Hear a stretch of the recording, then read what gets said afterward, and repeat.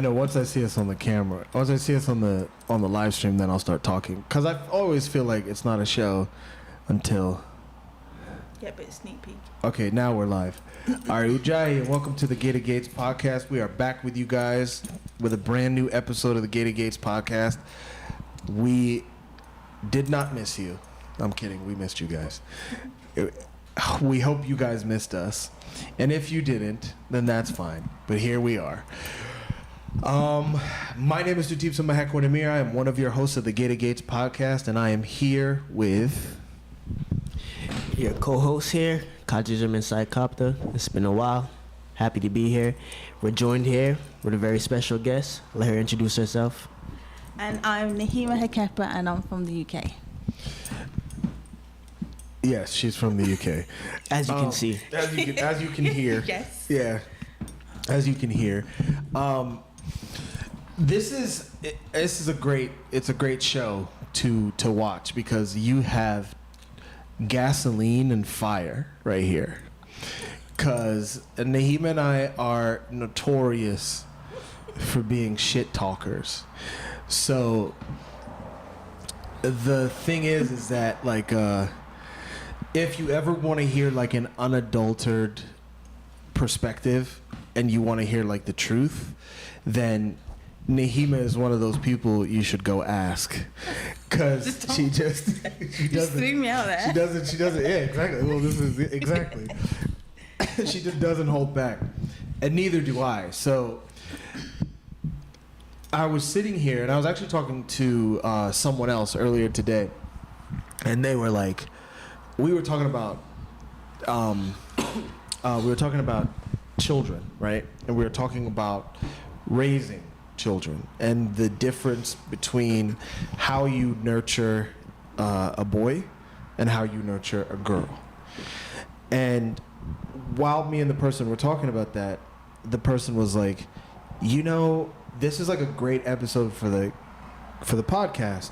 And I was like, yeah, you're right, because most people want to be able to talk about they want to hear about like relationships. They want to hear about like what it means to like, you know, like raise your children and things like that, because it's applicable to them. It's realistic and it's practical, and they want to know about it. And so I was like, yeah, you're right. That is a good idea for the podcast. I was like, but it's not like we can do it tonight. I was like, because we don't have a guest. And then I was like, but wait. Nehima is here. And I was like, we can get Nehima. And then immediately I was like, I'll call you back. Like to the person I was talking to. And then I just like sent out the call and I was like, guys, like we're doing it. We're doing the show. This is at like 1:00 today. So we weren't prepared. I don't say we weren't prepared, but we weren't planning on doing the show. But then I was like, oh no, we're doing it. But before I start the conversation, I would like to acknowledge all of the forces in the non-material, because I did not do that. I'd like to acknowledge all of the ancestors standing behind this great work, all of the spirits that are standing behind this great work, all of the powers of nature, the deities, everything that's standing behind this great work, and also Nebnabla Musa Moradinabig, the founder of the Earth Center, and the Dogon healer, the Dogon priest, the Dogon prophet that opened up the doors for all of this to be here. And your ancestors, our ancestors, you know, you name it. We're like Oprah here. You get ancestors, we all get ancestors. So yeah, going back to the conversation. So, but in particular, what I was saying was this, right? And this is where the person was like, that's insightful. It was actually Hanista.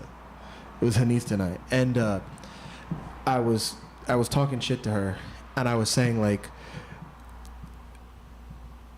to me it's more favorable when a woman has a daughter first, as opposed to having a son first. Mm-hmm. Because it's easier to get a woman to understand the responsibility in terms of being an older brother or an older sister, older sibling, because women are naturally nurturing. Whereas that a man isn't nurturing as much, and it's not in his nature to be a nurturer per se, because we're different in our nature in that regard. And for us to understand responsibility, or for us to also understand how it works, we learn through pain. Whereas that women don't want to learn through pain, and women prefer not to deal with pain, because then they won't have to learn through going through the experience of something painful. They want it soft. They just will want it soft. And then she was making the point that you will always say, like, hey, you know, let Nashiu jump. If he wants to jump, let him jump, because he'll learn. And then I was saying, but you won't let that happen. And I was saying to Hanista, you won't let that happen. I was saying, you won't let that happen because you want to shield him from pain. You want to shield him from going through things. I was like, but that actually then is counterintuitive to his growth and his learning process as a man, as a boy, going to be a man, because that's how we learn. But whereas women, even the possibility of being embarrassed will stop you from dropping the ball. And then you will ensure that you then don't have to go through the process that maybe a man would have to go through in order to learn. And then she was like, that's something you guys should talk about on the podcast. And I was like, which is something I say all the time. But I mean, you know. But, you know, women don't listen. So We do listen. oh, you guys do listen? We do. See, this is why okay. it's perfect. We do listen. Okay, pray, you tell. It just depends what you're talking about. But hold on. Yeah. Make You sure hear you me? keep the mic I know, to right. your mouth. Yeah, we do You don't listen. have to use that. Yeah, you don't have to use that. Can't smooth out Okay, there. so then if you guys listen, then why don't you guys then do what we say? Because it depends how you tell us how to do it. You see, that's the interesting thing. Because if you're coming off aggressive, we're not going to. camera. Just as you said with the example of when you tell young boys, like, if they're going to fall, the fathers let them fall. And the mothers would be like, oh, no, be careful, da-da-da. You have to have that same approach with women. You can't just directly say to a woman, oh, da-da-da-da, because they won't listen. Why is that, though? Because we're full of emotion, I'm assuming. Because We you have guys that follow emotional- what? We have that emotional touch to us, where you guys have the logic. So you Okay. have to approach us through an emotional So sense you're more than saying, a logical. I think you and I would say the same thing, so Go go on. ahead. Well, Go, let's I was go. just gonna say, to me, that doesn't really make sense. You just said we shouldn't tell you what to do, but we should tell you what to do. But it's just No, how we tell you. Yeah. So you still tell us what to do, but how you approach us in telling us what to do. So Right? then, what would be the approach? An example, a simple example, like I've got a boy and a girl. If, I don't know, they've both spilt something on the floor, I can say to my son, go clean it up. If I say that to my daughter, she'll be like, why? So I'd say to her, if you don't want something to spill, clean it up. Does that make sense? Because she will understand that someone will get hurt from it, so she'll clean it up. Where it was my son, he would just clean it up because it's just a command. So you're saying the difference is, men, technically we have the tendency to follow directions and follow order because there's a logic. But now with the women, you have to really sit down and basically teach. Yeah, I do. Because with my daughter, I have to break it down to her for her to understand. It's one of those. Your husband is somewhere listening, like, It's true. It's true. It's true. When you have a daughter and a son, you have to raise them completely different. You can't raise them the same. You can't raise them the same because it doesn't work like that. and this is why you're the perfect guest for this topic, because you have 17 children. So you can touch on it and you can talk about it because you have that experience. So, okay, so then let me ask you this, right? Because this is something else we talked about. So then, how do you properly equip your children to move through the world if you're automatically working from a deficit of trying to protect them from the things that they will actually go through? That's where the male comes into it. Okay. I can't teach. Okay, I cannot teach a boy how to be a man, right? And a man can't teach a girl how to be a girl. But there's both still need influences of the opposite sex, right? So if I say to my daughter, clean the floor, if we go back to that, clean the floor so someone doesn't get hurt, she will understand that someone will get hurt, but she won't understand that it's an immediate effect.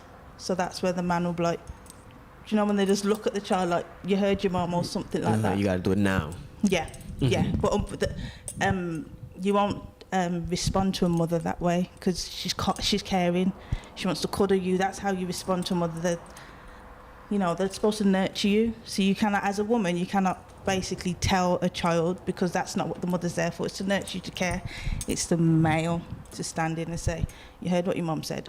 Da da da da. So there's a balance within the. So one has to, in a way, like it sounds like the mother would be the one to kind of like enforce something or teach the child, but then the father would be the one to enforce it and make sure it's done. Yeah. Okay, because neither of us here have daughters. So. Oh, I've got two. Yet. Yeah, they're very the smallest things can tick off your daughter. The smallest things. It even gets on my nerves sometimes when my daughter's moaning. I'm like, oh my God, but it's in their nature. See, I'm glad you say that, because sometimes for us, right, it seems like when we say something, or maybe we might get annoyed or ticked off, it's a small, simple thing. But for a woman now, it's a bigger thing. Yeah. Why? I'm just guessing it's how we're made, with, emotions and how the woman's just put together. It's not something we can change. It's the woman being there to nurture, to grow a baby. That's just who we are. And we do need that male support to keep us straight. So then how does that play out when raising children, if you have like a daughter first, like TutibSaa was saying? Like, to me, having a daughter first, it almost seems like the daughter would have to, in a way, have that logic or provide the logic for the children coming after her. Yeah. So how does that work? So you raise her like as a little mom, so then she can help raise the rest. Yeah. And that's what Henise and I were talking about. As I was saying that when you have a firstborn daughter, or you have an elder daughter, you can instill the responsibility is easier for them to understand, because they're naturally nurturing. So then you can get them to take care of the other children more easily, and then they will just gravitate toward doing that, just kind of taking it off of the mom. Whereas that with an older brother, you have to instill the responsibility in him, as opposed to just that inclination being there for the daughter already to pick up on the fact that can nurture for the little ones.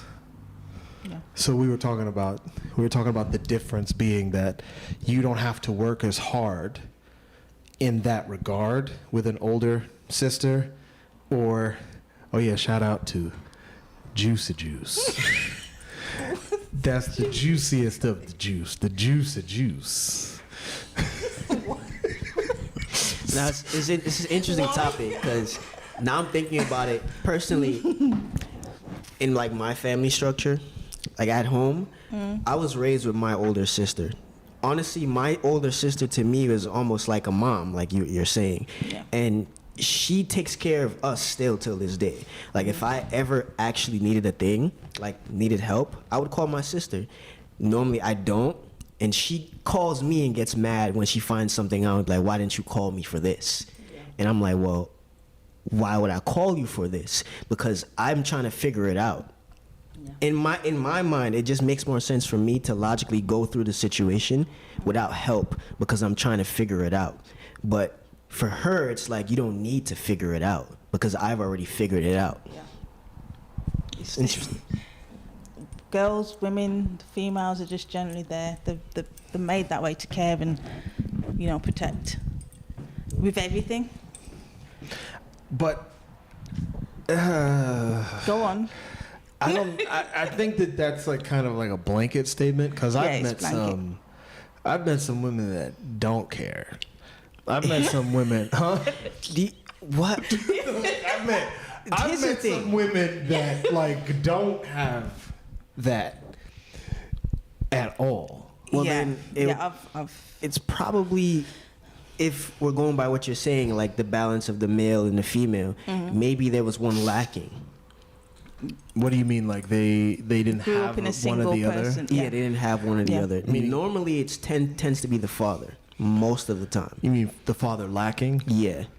Yeah. Because growing in up, the West. in the West, In the West. Yeah, I mean, yeah, definitely. that's what I'm used to. That's what Yeah. I know. Because looking at like old relationships that I've had with women, a lot of the ones that were the worst, but in some ways the best, Yeah. were women that didn't have fathers.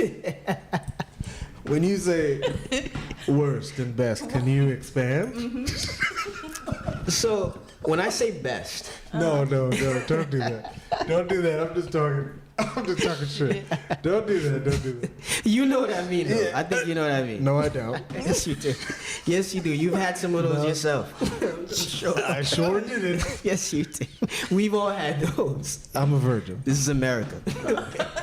I'm a virgin. You two okay over there? Yeah, I'm a virgin. What are you talking about? We're perfectly fine. I'm just claiming my purity and innocence. I'm saying it here for all of your listeners. Yeah, continue. No, I was just gonna say that you tend to find that like the women that don't have like those father figures, they do lack certain kind of discipline in a way.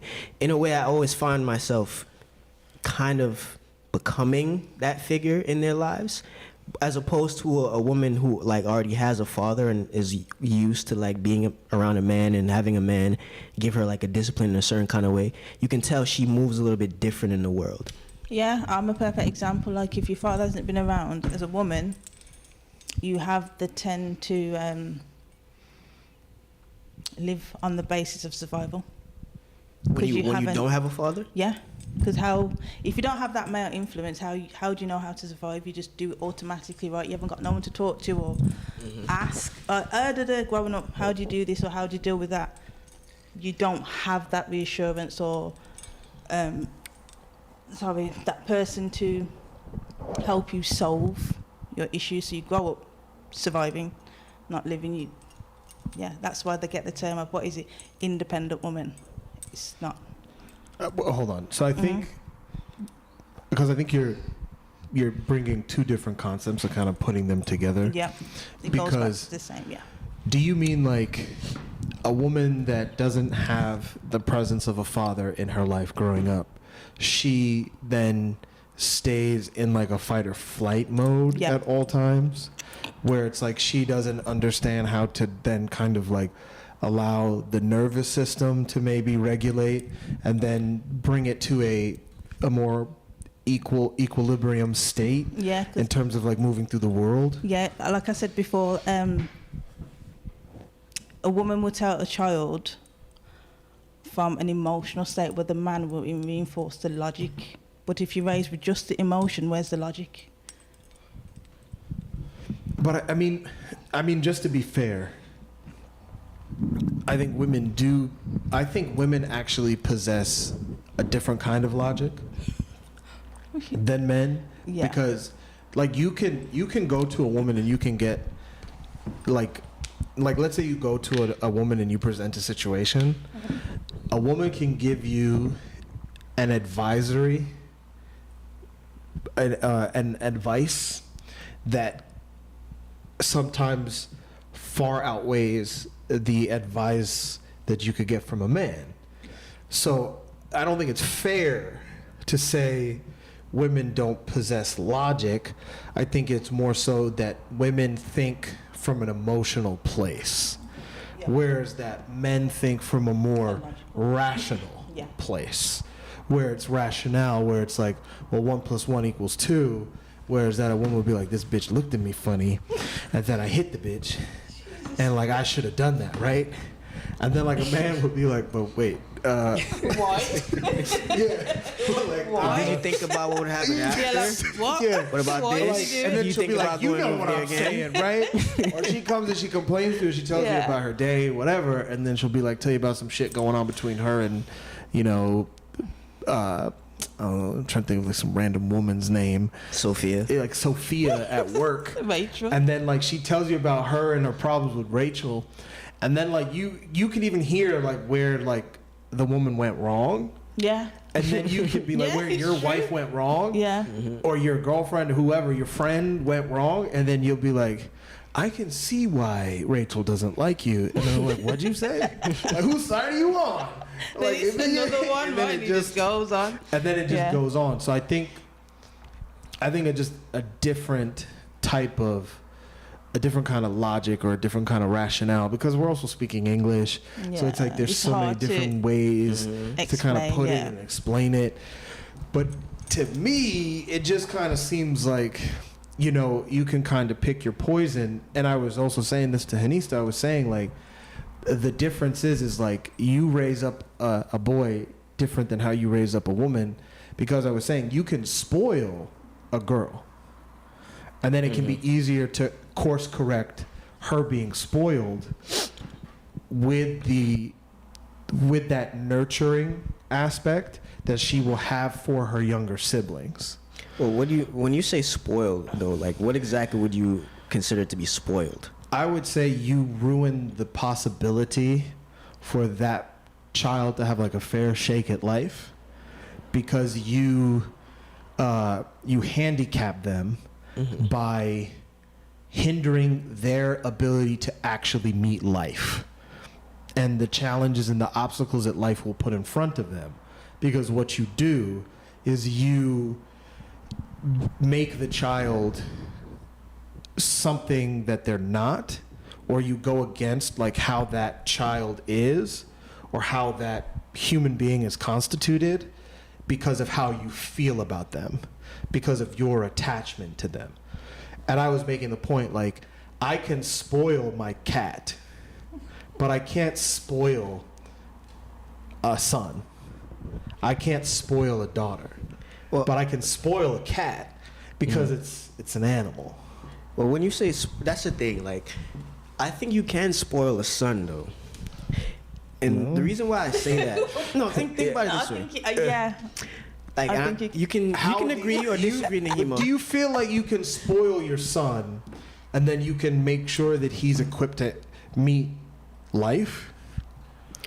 The thing is, it's tricky. I'm gonna say why it's tricky because I'm this is listening. again, this is Western society, right? Yeah, we talk I from the think Western point. in Western society, things kind of tend to be based mainly on like economics. So, in like an economic world or economic field, you kind of need to have a that logic that 1 + 1 is 2 to kind of maneuver through the world. And I find that most people are raised like that, especially women. Nowadays, women are not necessarily as nurturing as we understood our grandmothers and our mothers Out to here kind of be. working and not taking care of the home. They're Yeah, just- they're more focused on, okay, what are my goals? Like, what do I want to accomplish? My dreams and my this and my that. And they kind of tend to have to get very competitive. They need to be very logical. They need to be, in a way, manly to kind of function in this world. So, in a way, maybe being spoiled for us might be negative, but being spoiled in that way in this society might be a good thing because that's just how the society functions. And then when it comes to like a boy now, maybe I think you can spoil a boy because in this society you need to have that kind of like competitiveness and that kind of like hunger and drive, which is why like if you have a child like a boy and he's like jumping and he's like can fall and like break his arm or something, and then you try to stop him and coddle him all the time. When he goes out into the world now, he has to go and face like business, or he has to face like colleagues and stuff like that. If he has that kind of like attitude where he's like Where's scared of my everything, mom? like, Yeah. oh no, I don't want to jump because I'm scared. I don't want to get into this because of this, because of that, because he's been kind of like raised with that. Oh, you gotta be careful. No, baby. Oh no, honey. No, no, no. Then you kind of ruin his ability to even be a man. But then imagine a man like that now has to have a family. He's not gonna really be able to function in the way he needs to function. So what do you call that? Don't. What do you call that? Well, I would call it an effeminate man, right? What's that? But can't you say that an effeminate man has been spoiled at some point? Yeah, that's what I'm saying. Yeah.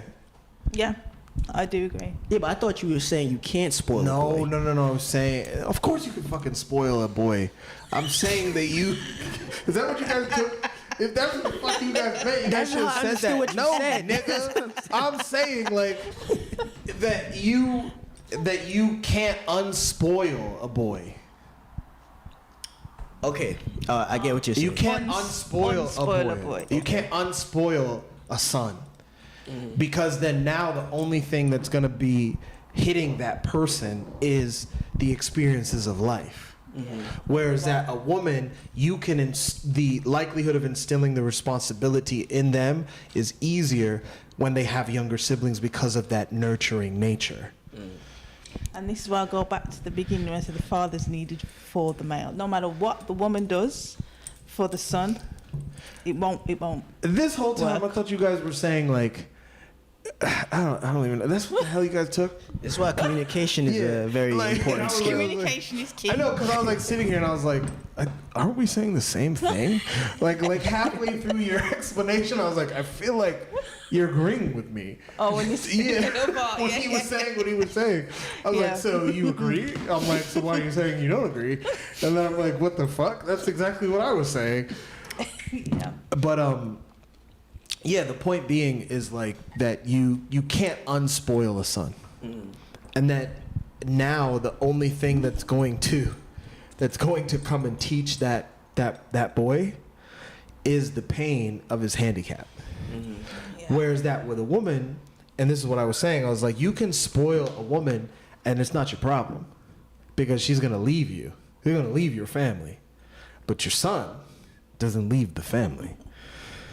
So the woman leaves the family because she goes and becomes her partner's problem.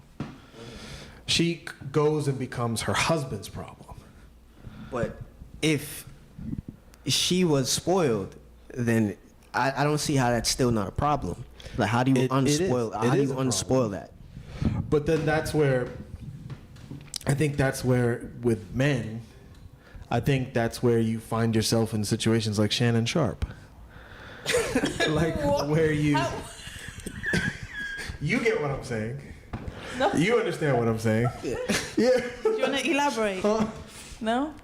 So, Shannon Sharp is a former NFL American football player, and he's highly influential, right? Okay. And he has a lot of money, and he's very big in the podcasting space now. Okay. And he just had to step away from his high-profile job at ESPN, where he makes a lot of money and he has other podcasts and all this kind of stuff, because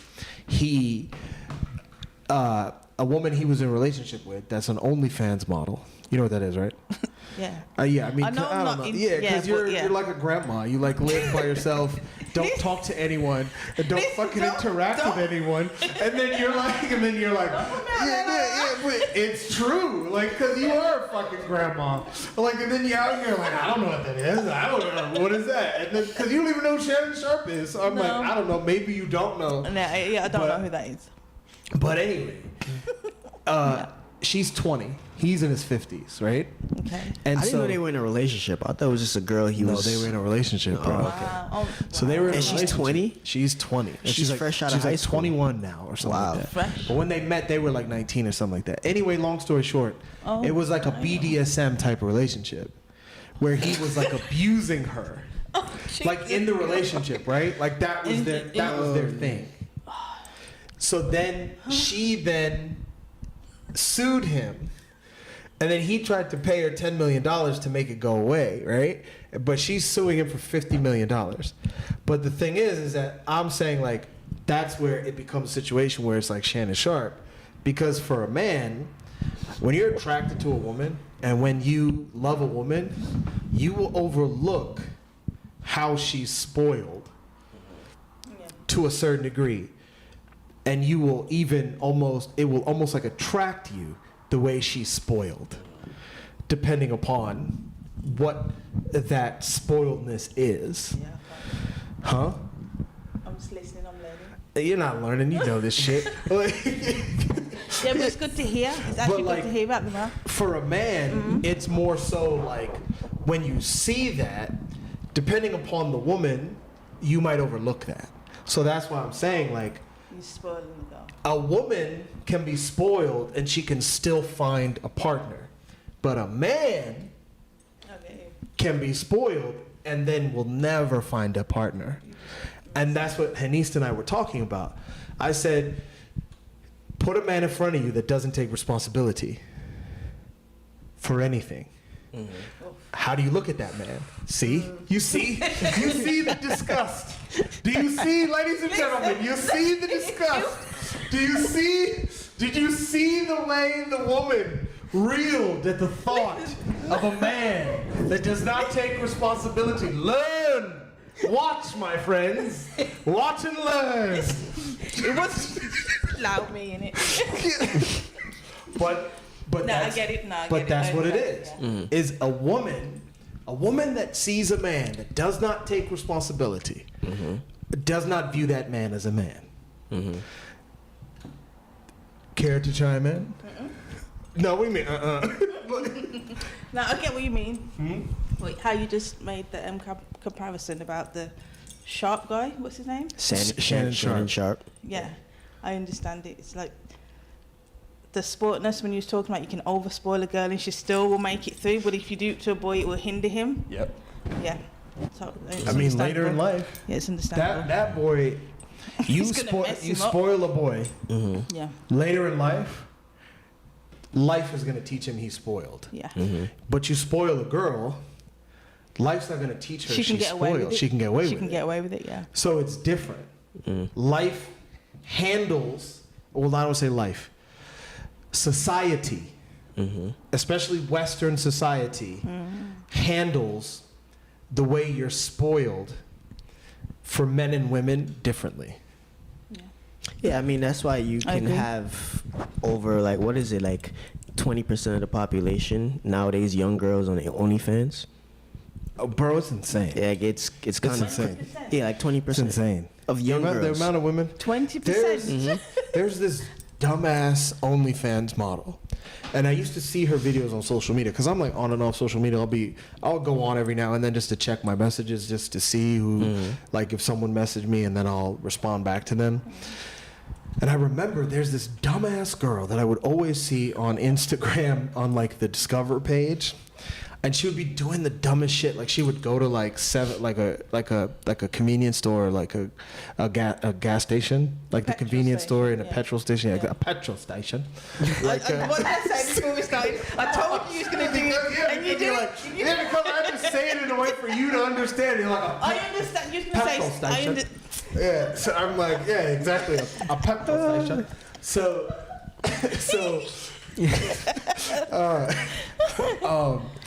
and then what she does is she'll jump on people's cars, or like she'll like jump on something in the store, and then she'll like start twerking and make this like dumbass face, and she'll be like, right? So That's terrible. yeah, I know it's ridiculous. But then I saw on You get Yahoo, paid for that. That's crazy.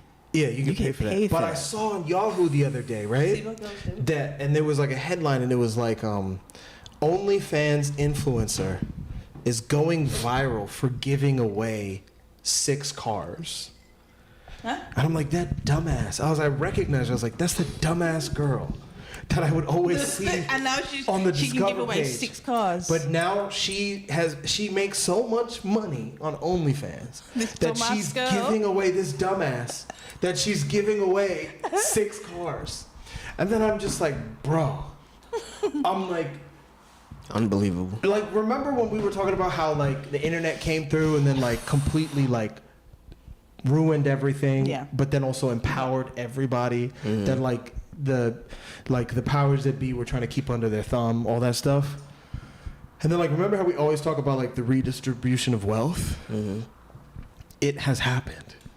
But in the dumbest way In the possible. dumbest way, dumbest way stupid way. imaginable. Twerking on cars. Because it's going to women on OnlyFans. Yeah. Like that is the redistribution of wealth.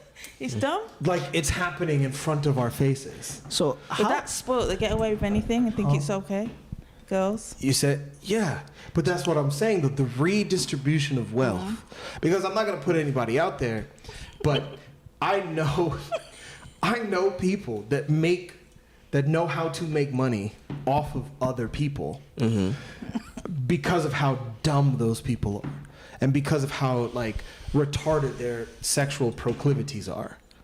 Jesus. So it's like, to me, it's like when I hear these things of like how people are able to make money off of other people based on their sexual proclivities, I'm like, bro, I can't even be mad. I can't even be mad at the people making money off of other people's dumbass sexual proclivities. I mean, as you're saying this, I'm just thinking to myself, like, what are the ways? I mean, You said, what are the ways? Can we invest? Can we invest? Okay, Is there an option? I want to say, Because, I know, right? I mean, it's so, why not? It's so like everybody retarded. else is doing it. Let's get a piece of It's so, pie. it's you know so what I mean? retarded. No, I even was like thinking about it, and like I've genuinely been thinking about this. I'm like, I want to do like OnlyFans for old women. Huh? Like for old women. I'm not saying me. That's a market. But like, There's a market it's for that? gotta be a What do you fucking mean? market. It's got Huh? OnlyFans for old women. Or not only OnlyFans, like a male escort for like old women. That would be amazing. Amazing. Wait, what? Like, Am I hearing this like correctly? being an escort for old For women. older women. For old You women. mean you? Nigga, No, yes. You want to be the escort? No, bro, I'm saying Not like him, I but would just in love, general. I would love to, like, just thinking about how much money you could probably make. You know, they're pensioners. They've just got money Like, stacked up. But I'm not actually doing I just it. had an bro. idea. Okay. Oh, God. my brain is the going. world is not forgiving for a man. But the world is forgiving for a woman Comes back doing to the that. girls being Yeah, spoiled. it goes back to the girls being spoiled. Spoiled, But yeah, I'm telling you, bro. I've thought about it long and hard the past few months. I'm like, what if I just go on a date with this like old lady, and then like she just gives me like thousands of dollars, because it's like that's what some of these women are I'm not doing. Yeah, gonna 'cause hold you. especially if they're lonely. They'll I just- I have they're a lonely, friend. they'll I just have give a you friend who money. used to do that. What? I have a friend who used to do that. This guy is now a guy named Vito. Yeah, exactly. Like yeah. he's No. surprised. Yeah, exactly. Yeah. Then he it's leaves. true. Yeah, it's like, you want to do this? And then he's like, but little do you know, I got a friend. I can hook you up with my friend who does it. No, like I'm not in contact with this guy anymore, but I would never forget this story. This guy named Vito. He's half Italian, half black. Sounds like a nigga that He's- does that he's kind half of shit. Italian. Yeah, Vito. This guy told me, Just open the door for them. mind you, he's technically homeless. I don't know his situation now, but he's technically homeless. What he does is he has like 5 pairs of really nice clothing. He goes out into the city, he goes to parties, and he meets old women who have money, and he's a chef. So Yeah. he goes back to their place, he cooks them meal and all that, and then See? he lives with them for like months on ends, See? just cooking for them, and they just give him money, and that's how he lives. Literally, that's all he does. No job, no kids, nothing. He just lives with women for the rest of his life. But how does he make money though? They give him money, son. To cook. He Just to cook. cook? He So cooks. he's a wife. He's a gigolo. Yeah. Basically, Yeah, he's a just wife. got- He's a just- male he's just got a gigolo. few. Yeah. But no, I'm not talking about that. I'm talking about like just finding some horny, desperate ass old woman that is like sitting on millions of dollars. So let's make a site. Uh-huh. We find some Oh, guys like God. Vito, put them up on the site, and we'll just have it running. Let's do it. So we're gonna become Andrew and Tristan Tate. Yep. For I know Yep. who those are. you know who they are. I know who those Yeah, I love how your one claim to fame is like, oh, Andrew I know who Tate, those Tristan are. It's Tate. because he got arrested, right? Or one of them. See, you don't That's know the who they only are reason then. why I've If heard the of only them. reason you know who they Yeah. are is because they've been arrested. Really, That's it. Nehima? At least it's something. No, bruh. Like, because even let me ask you this. Yeah, he's at some point he's gonna try and Come up here and bother people. yeah, come up Yeah. here and bother someone. But the trick with Roscoe is you just gotta you just have to give him attention and then he'll go about his business. But if you don't give him attention, that's when he becomes vindictive and then wants to ruin things. So the thing is, Nehima, so you have is your oldest child a girl? Boy. A boy? Okay. So with everything going on in the world, everything we're talking about, how do you as a mother actually protect your daughter from these kinds of things? What kind of things? Be Like what we're specific. talking about, like OnlyFans, just the way women are I'll raised to tell- be I'll tell function in the them straight. world. Tell them straight. I tell them straight because I can't hide it because it's there. Mm-hmm. You see half naked women on billboards. You see if she hasn't got a phone, but if she was and she's scrolling, they're there. So it's not like something. What's the point of hiding it? I'd rather her come to me and ask questions and we talk about it than her going to explore it and figure out. No, I just tell her how it is. If she's got questions, I answer it straight up. Because everywhere, it's on TV, it's everywhere. That's how I deal with it. Okay, because it's interesting because nowadays, again, it's everywhere, like you said. Everywhere. When you have kids, I kind of find it funny You've got because little girls twerking these days. yeah, right. And the funny thing is, it's parents sometimes putting their kids up to it. Yeah. Like I see parents dress their little girls in weave, tight skirts, like belly shirts, and a little purse, like trying to make them be like the Older. baddies that they that are out there now. And I'm thinking in my mind, it's like, what would possess somebody to put their little child Money, through I'm this? supposing. Well, I don't even think assuming. it's money. I don't Well, I know. think that's one aspect of it is Yeah. money, but I think it's also just trying to live vicariously through the child. Yeah. Meaning like they can't do it anymore, so they're the like child does making it the for child them. do it. Yeah. Yeah. That's kind of sick. I've heard that in a few conversations. I wish I could have done this, so I let my daughter do it. Wow. Yeah. Well, it's got to be a situation where, again, somehow, some way, that mother was spoiled some point in her life. Now they have a child, so they don't have the certain kind of upbringing to raise the child properly. So now they spoil that child in that way. So They're looking. what they do? Are they going to attack the No, light? there's a bug flying around, Oh, I and thought they they was see just the gonna bug, attack and the they're light. trying to attack the bug. They're trying to catch the bug. I'm thinking, is it going to fall? Or And, did you? Sorry to interrupt you, but just a quick note. You know, back in the MGM, old Hollywood days, that MGM? What's MGM. yeah, what is Metro Goldwyn Mayer, I think, MGM Studios. It was one of the huge movie studios back in the day. I'm not too sure, Anyway, but I follow. back in the old Hollywood days, where Marilyn, before Marilyn Monroe, the old that's old. the old Hollywood, the 20s, I think, the early 1900s Hollywood. They used to have clauses in their contract as actors that they would never be on stage at the same time as an animal or a child, because an animal or a child on stage knows how to naturally be better than any actor. They know how to naturally be in life, that they're more intriguing than anything you could do on stage. And I'm just making that point because That's interesting. Did you know? Very interesting, yeah. we're watching the cats more than we're engaged in the conversation because of the They're fact that being the who they cats, are. because they're Yeah. being who they They're are, being- and they're both so In tune, invested yeah. in finding the bugs that are flying around. So And we're we're all, invested in them. yeah, then we're so invested in the cats, oh shit, what are they about to do? But yeah, I mean, I don't even remember what you were saying. No, it was me neither.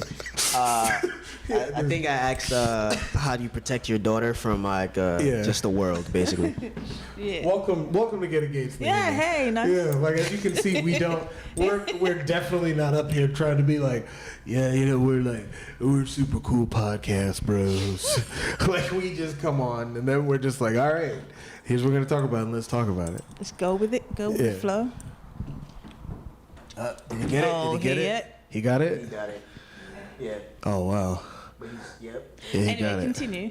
That's why this motherfucker don't go outside.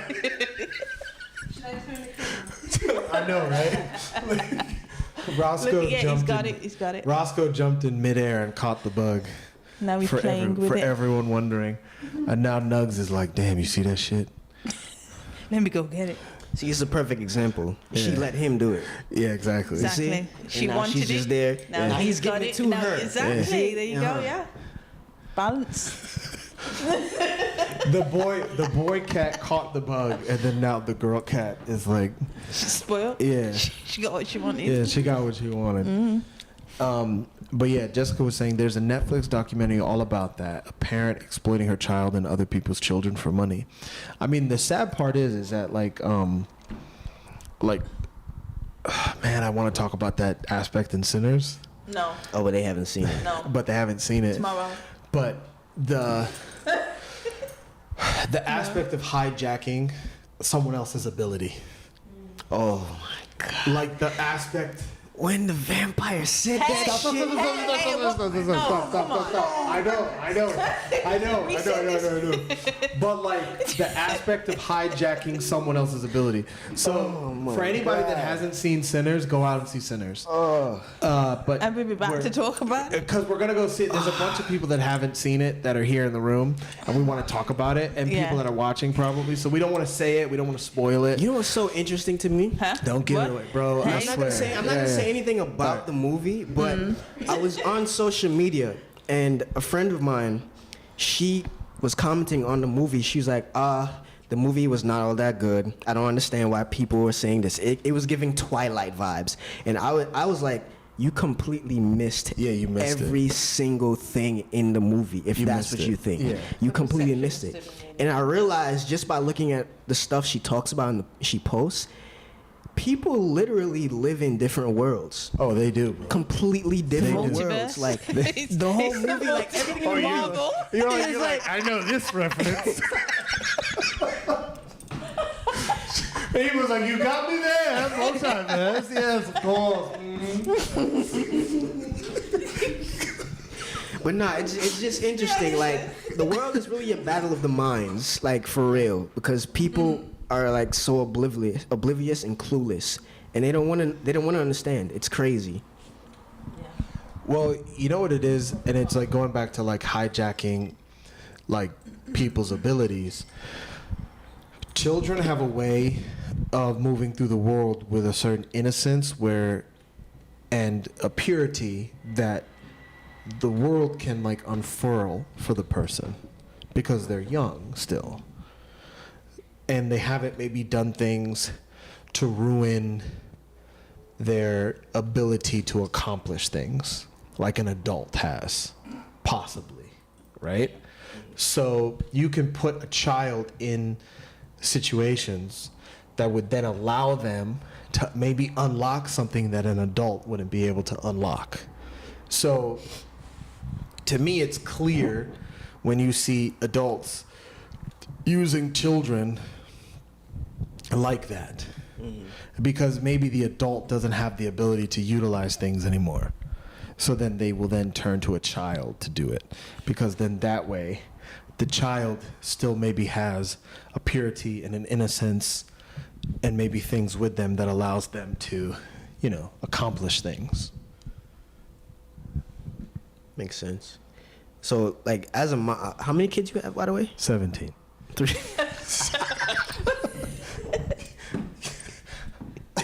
So then, what is it like though, having the eldest being like the boy, as opposed to like what we're saying, like the eldest being the girl is more favorable?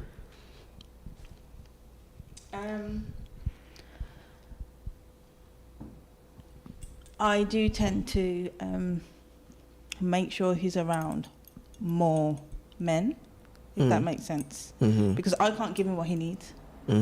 I can't give him what he needs to not be spoilt. Because if it was up to me and how I am as a woman, he will be spoilt. And I've had to learn and understand that the roles of a man and woman, boy, girls are different. So being in this situation, I do ask, for example, if he was here and TutibSaa was here, I'd be like, go spend the time with TutibSaa. Like, stay over there or stay with you. Or go learn what you've got to do as a boy. But just in general. But in general, like, it's more... if you, the way you even said that, like, if I was like a young kid and you, like, if you're saying that to me, I don't think kids can maybe contextualize or comprehend. We've spoke about it. Though. That. But because he's gone through initiation, he understands that. But if it was just because he's gone through initiation, he understands that. But if it was just someone, and I wouldn't say normal, but for a child from the West who doesn't have the foundations. Normal? What are people that have gone through initiation, Nehima? What are you trying to say? Stop it. But yeah, he understands the principles and the foundations of the roles and things like that. But if he didn't go through it, then I couldn't just say go to TutibSaa. But I mean, to me, that, and the reason why I'm saying that is like... it's very blunt, by the way, what I was trying to explain. It's very blunt. You said it was very blunt? Yeah, what I was saying is blunt, but carry on. Yeah, of course, you can be blunt. That's what Gator Gates is for, is to be blunt. Like, do you think Congress Ruben and I are sitting here trying to be politically correct? No, I didn't mean like that. Carry on. Like, that's the whole, like, the whole point of this show is for us to be honest and be direct. But no, I was saying, like, to me, I don't know if a child would understand that, or more so kind of would take that coming from their mom, like, hey, go over there, get away from me, like, go spend time with like a man, would take it more like their mom doesn't want them. No, because I'm with him every day. I homeschool him. We have this conversation. It's not something that he just hears once. It's something that he has to live by. He knows that I can't give him certain things. He understands that, and for him to become who he needs to become, I can't give him everything he needs. So there is sometimes I'll be like, go to Abba or go to Uncle or go to Pops or Grandpops, because they can give you what you need to be who you are. But he has that understanding, not just, Mommy don't want me. I'm just telling you, like, because kids do look at their moms like, why don't you accept me, Mom? Well, I think that's up until a certain age, though. Like, I think once a boy reaches a certain age, they naturally do want to be more around the men. But when they're small and young, it's all about mommy. Yeah. And that's where boys can become spoiled. Because as a mother, if you give into that, it's going to be all about mommy for the rest of their life. You do have to cut it and stop, like, hey,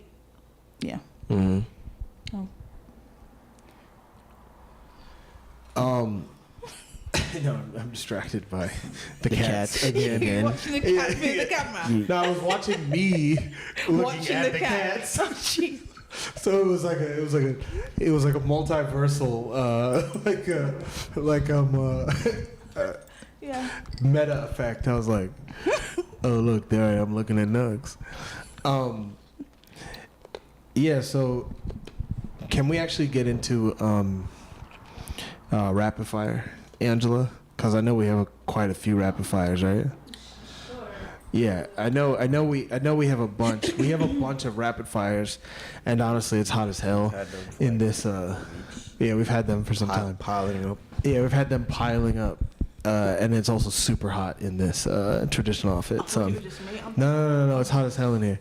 And then we're sitting by lights. And we're under the lights, and then it's like we can't turn the air conditioner on because I'm the only one that's not hot. I feel perfectly fine. That's because you're a fucking stick figure. Okay, that's fine. Some of us that have meat on their bones, like we fucking feel the heat. Like I. Yeah, you know, one time, Go on. back in my younger days, I did consider being a gigolo. My name was. Oh, now you're my name was I'm gonna throw Island this Slim. out there. I was calling myself Island Slim. You know, Island Slim. Yo, so Come get it. when I got to Florida, last week, the minute I walked out of the airport, like to outside, waiting for my Lyft or my Uber, there's this skinny dude, skinny black dude, and he was wearing clothes that were entirely way too big, right? And he had dreads. And he was wearing these sunglasses he had no business wearing. And I'm looking at him, and I was like, that motherfucker is Jamaican. I just knew he was Jamaican. Wow. Wearing baggy clothes? That's No, it was work clothes. Oh, okay. It was like work clothes. He wasn't wearing like baggy clothes. Like it wasn't like a fashion statement. It was like his work clothes. Like he worked at the airport, and they were big, and he was like skinny. And I just looked at him and like just knew this motherfucker was Jamaican, bro. Was he? I didn't talk to him, but I was like, that motherfucker. I could just tell from his glasses. I'm like, that nigga's Jamaican, bro. Wow. But then, funny enough, right? Nehima, really? Look how she's looking at you. Oh, yeah. She's like, she's how half do you Jamaican know? too. Oh yeah, because she's half Jamaican too. But funny enough, when I was in Florida, I was picking up food one night, right? After I got off work, I was picking up food, and then there was this dude, and he was working at the restaurant that I was waiting to pick up the food from, because it was like one of those food places where like the to-go place is outside in the front. It's like in the parking lot. And he was like taking out garbage, young black dude. And then he was like, "You good?" And I was like, "Yeah, man, I'm good." But then I realized, then I heard his accent, and then I realized like, oh, okay, he's from the Caribbean, and he's not asking me like, because if someone from the West, I mean, well, someone from America is like, "You good?" Normally, it's not to be like friendly. It's normally to be standoffish. Over here. Yeah. Over here. Like if somebody's like, "You good?" That's normally not like a welcoming statement. Okay. Depending on how it's said. It depends in the on how it's context. said. And it depends on the context. So I was like, damn, what's this nigga about to do? But then once I heard the accent, then I was like, oh, he's Caribbean. So then I know when someone says like, "You good?" Like in the Caribbean, it's not in the way someone would say it from the West. Anyway, I start talking to him, and I'm like, "Where you from?" He's like, "I'm from Jamaica." I'm like, "Oh, word?" I'm like, "How long you been here?" He's like, 3 months. And I'm like, damn. fresh. I was like, you're fresh. He's like, yeah. You better be careful. He might get going back soon. He said he what? He might what? He might be going back soon. The way things are nowadays. But so then he says to me, he's like, yeah, man, I've been here like 3 months. I'm like, how do you like it? He's like, yeah, I like it. You know, he's like, my baby mama is from here. Like, I've only been here a few months and blah, blah, blah.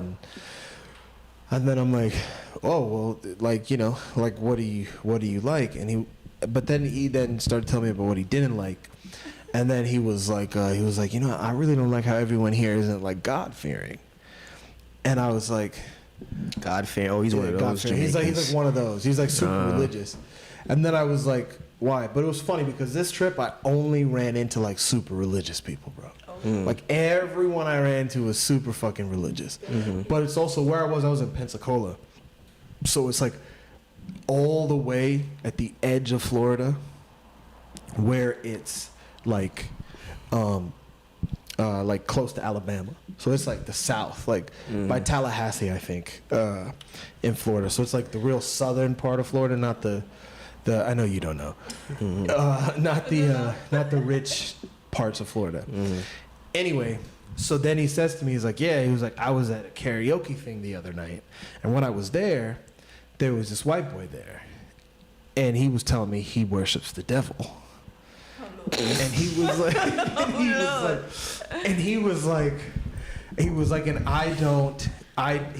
don't understand like how people don't believe in God out here. But then once I understood like where he was coming from, like and how he was thinking, I was like, I'm not about to like have like a real conversation with this dude because I'm not about to be on no fucking Jesus shit. So what I said to him was, I was like, look, bro, I get it. I was like, but let me give you a piece of advice. I was like, the white people that you meet here are not the white people you see in movies, okay? I was like, so the white people that you see in movies, they don't exist here. I was like, so you need to understand it's a different kind of white people here.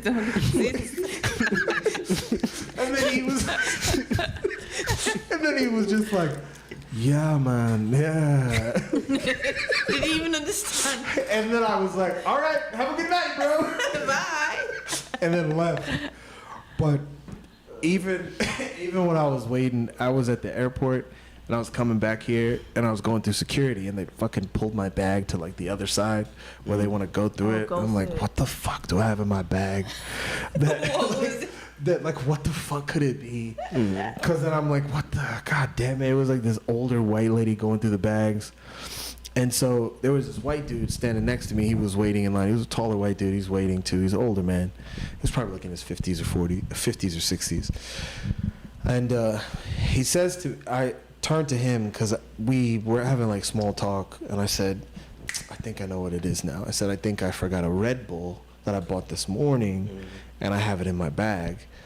And then so it's my turn to go, and it was like these two, it's like white girl and her mom that were in front of us, and they were going through their bag, and like the lady was having like a full-on conversation with her.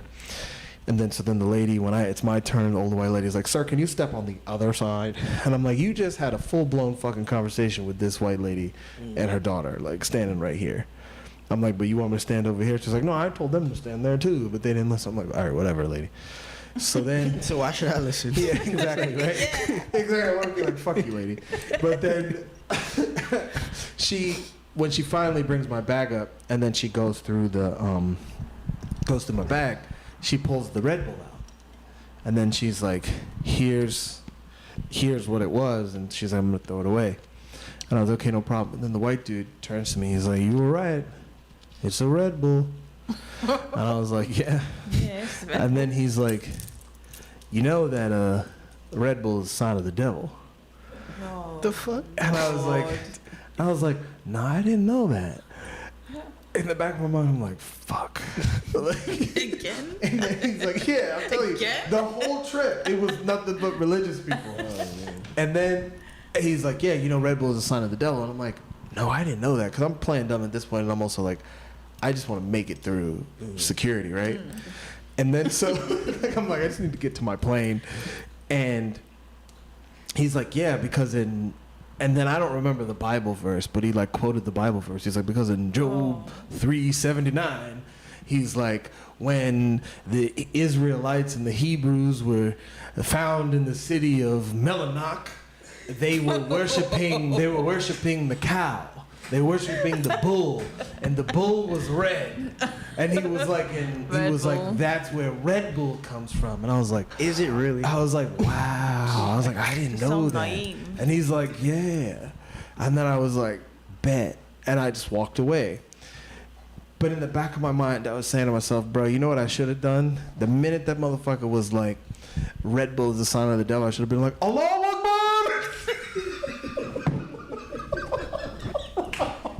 Bro, they would have tackled you so fast. You would have never made it home. The whole Never made it home. motherfucking security would have cleared out. Grabbed my bag and fucking walked away. Bro, you would have never made it on that plane. And you looked the part too. Yeah, I know I looked the part, but I was just saying. Yeah, damn right I looked the part. But I was saying, I was like, bro, I just want to fucking scream Allahu Akbar so bad, bro. Like, just to fucking spite all of these religious people. Oh, man. That trip. Oh, yeah, man. It was quite the trip. And just to might as well mention the third fucking religious person I met. There's like this random lady that ended up just like helping out of the goodness of her heart at our booth at the event we were at. And she's like a former like pageant lady. And she was telling me, she was like, yeah, you know, like at one point, I don't remember what we were talking about, but she was like, don't you know I'm chosen? And I was like, chosen? She's like, yeah, no, it's true. But I'm telling you, yeah, but this is. She believed But it, she right? was like dead ass serious, Yeah. and she was like, don't you know I've been saved? She's like, I'm chosen. Like weak. She was like, you ain't got nothing about. She's like, you ain't got to worry about nothing. And I was just like, This is a white lady? yes, bro. But then here's the thing though, is that I didn't realize that she was hitting on me, okay? Because then we went to like the booth next to us, right? And when we went to the booth next to us, there were these two teenage, like I won't say teenage, but they were younger. They were like in their 20s, these two white girls. They were from the South also. And then when one of them said something about Jesus, I was like, oh yeah, like I was just playing dumb. But she caught my micro expression. So when the fucking crazy lady and I were over there, the younger girl that said the Jesus thing was like, yeah, I said something about Jesus earlier, and he didn't like it and pointed at me. And I was like, what are you talking about? I was like, I love Jesus. I was like, Jesus. I was like, why would you say that? I was like, Jesus is great. But previous right? thought, she wanted to shout something else in the airport. You said what? Yeah, no, this is before the fucking guy. Oh, this is before? Yeah, this is before the fucking guy at the airport. So then they, like her and the crazy lady and the religious teenage girl exchange numbers because they're gonna network about something, right? Mm-hmm. And because she was walking around with a pamphlet. The crazy religious lady was walking around with a pamphlet. Like one of those God giving it out. pamphlets. No, not the God pamphlet. Something about some girl that she like saved from some She's abuser chosen, right? of some sort. Yeah, she's chosen, right? Yeah. So then she's like, yeah, you take my number too. So I'm like, yeah, sure. Because I'm like, I don't know what this lady wants. So I'm like, yeah, sure, take my number. So she saves her number in my phone, right?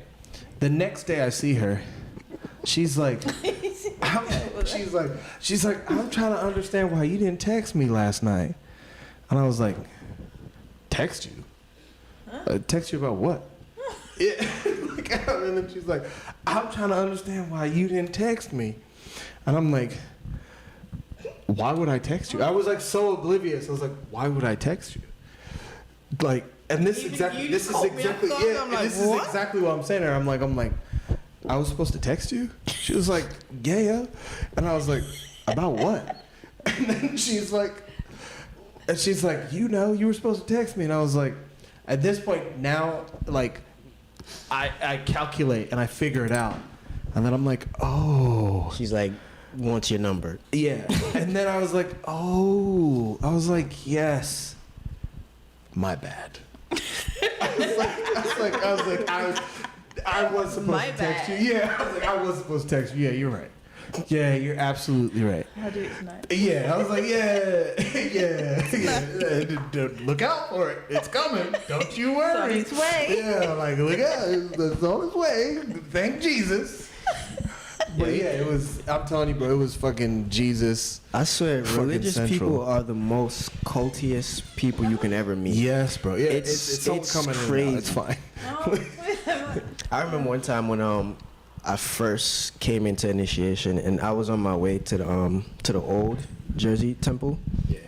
And I was going through the train, the very first location, and there was these guys standing out there, and they were, with the pamphlets, like, Jesus the Lord and Savior, Jesus the Lord and Savior. And he was so happy and shit, and he tried to hand it to me. He's like, did you know Jesus is the Lord and Savior? And I was like, nigga, no, he not. He ain't real. He said, oh, he had a malfunction. He's like, no, don't say that. Don't say that. Don't say that to me. Don't say that to me. I'm like, nigga, you ain't do nothing. Did you say malfunction? He had a malfunction. He had a mental malfunction. All right, before we get caught up in these religious people, and it's getting hot as hell out here, we got to get into rapid fire. Do you have any questions in the chat and stuff? I don't think there's. No, there's no questions. There's no Chem Warrior tonight. That's why I was asking, like, where's Chem Warrior? He's gonna be like, damn it, I missed the show. Okay. Did you turn my mic on? Yeah, it's on. Okay. Hi, everyone. This is Amma here. About to begin rapid fire, but first going to start with the did you know. Give me one moment. Okay. So, did you know that South Sudan is the youngest country in the world after gaining its independence from Sudan July 9th, 2011? I did know that. You would. I'm from Sudan. What are you talking about? Yeah, You would. Duh. But I kind of have a bone to pick with the fact that the country split, because the problem is that the way the resources are split in the country, to me, it seems like whoever came in to influence the country splitting, it was very much intentional in order to get a greater foothold on the way the oil is split in Sudan. Because as far as I know, South Sudan has all of the oil. So then I would be interested to know who's getting those contracts. Well, you know who's getting those contracts. Yeah, but I would be willing to know. Yeah. I'd be willing to make that. I would be excited to know publicly who's getting those contracts. But shout out to Sudan. Yeah. Okay. We go into the first rapid fire, which is Pick up your Florida mic. man. They're gonna tell us headlines of like news things, and we're gonna comment on it. Okay, so Florida man. Okay, Florida man banned from Disney World after his supposed attempt to sneak cocaine into Magic Kingdom in a bulky wallet. All right. Why Disney World? I have something to say about this, right? And I have something to say about this in particular because does it say if this man was going into Disney World with children or not? I don't know. Let me read this for Okay. a second. I won't go too long. A Florida man. I'm sorry. What? No, carry on. Okay. Carry on. I love your accent for real. Like I really want to do it too. Yeah. I understand. It's so it's something about the American Revolution that has never left the fabric of anyone that has lived in America. No. Because it's like all you want to do is talk shit to a British person about their accent. Yeah, I know. I get it all the time. It's all right. We want to copy it. We sound horrible. But Thank heavens. You'll get it one day. That okay. was Tuesday, isn't it? A Florida man. I'm trying not to read in the accent. I think they colonize everybody talking like that. Yeah. Like, how did you guys not get roasted out of India? Like, with a British accent. But okay, keep going. Wait, that was a good question. Yeah. Indian accent is no better. But that's what I'm saying, though. Is that like We're in not general? that bad. Yeah, but I'm saying though, it's like two of the worst accents in the world. Excuse An me? Indian accent. Bloody fuck you, fuck you, bloody, fuck you, fuck you. You've never. How's the English one of the second? It's one of the worst accents. How? Yeah, why? It's just a terrible accent. No, No, the it's worst not. accent in the world is the Bayesian accent. People from Barbados, I don't care if you argue with me, this is a fact. Everyone agrees with this. Everyone you meet agrees with this. Have you ever heard the Barbadian accent? No. It's horrible. It's. You never know what they're saying. You never know what they're saying. Never. It totally took the tension. Yeah. Totally took the tension out of the room. Yeah, All of the he was like, since we're on this, I have something to say.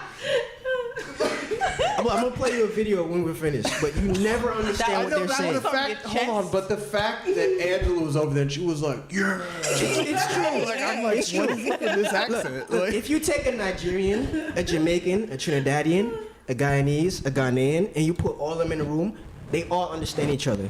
Put the Bayesian in there, everybody's gonna be like, what the did you just say, bro? What did you say? What? Can you repeat that?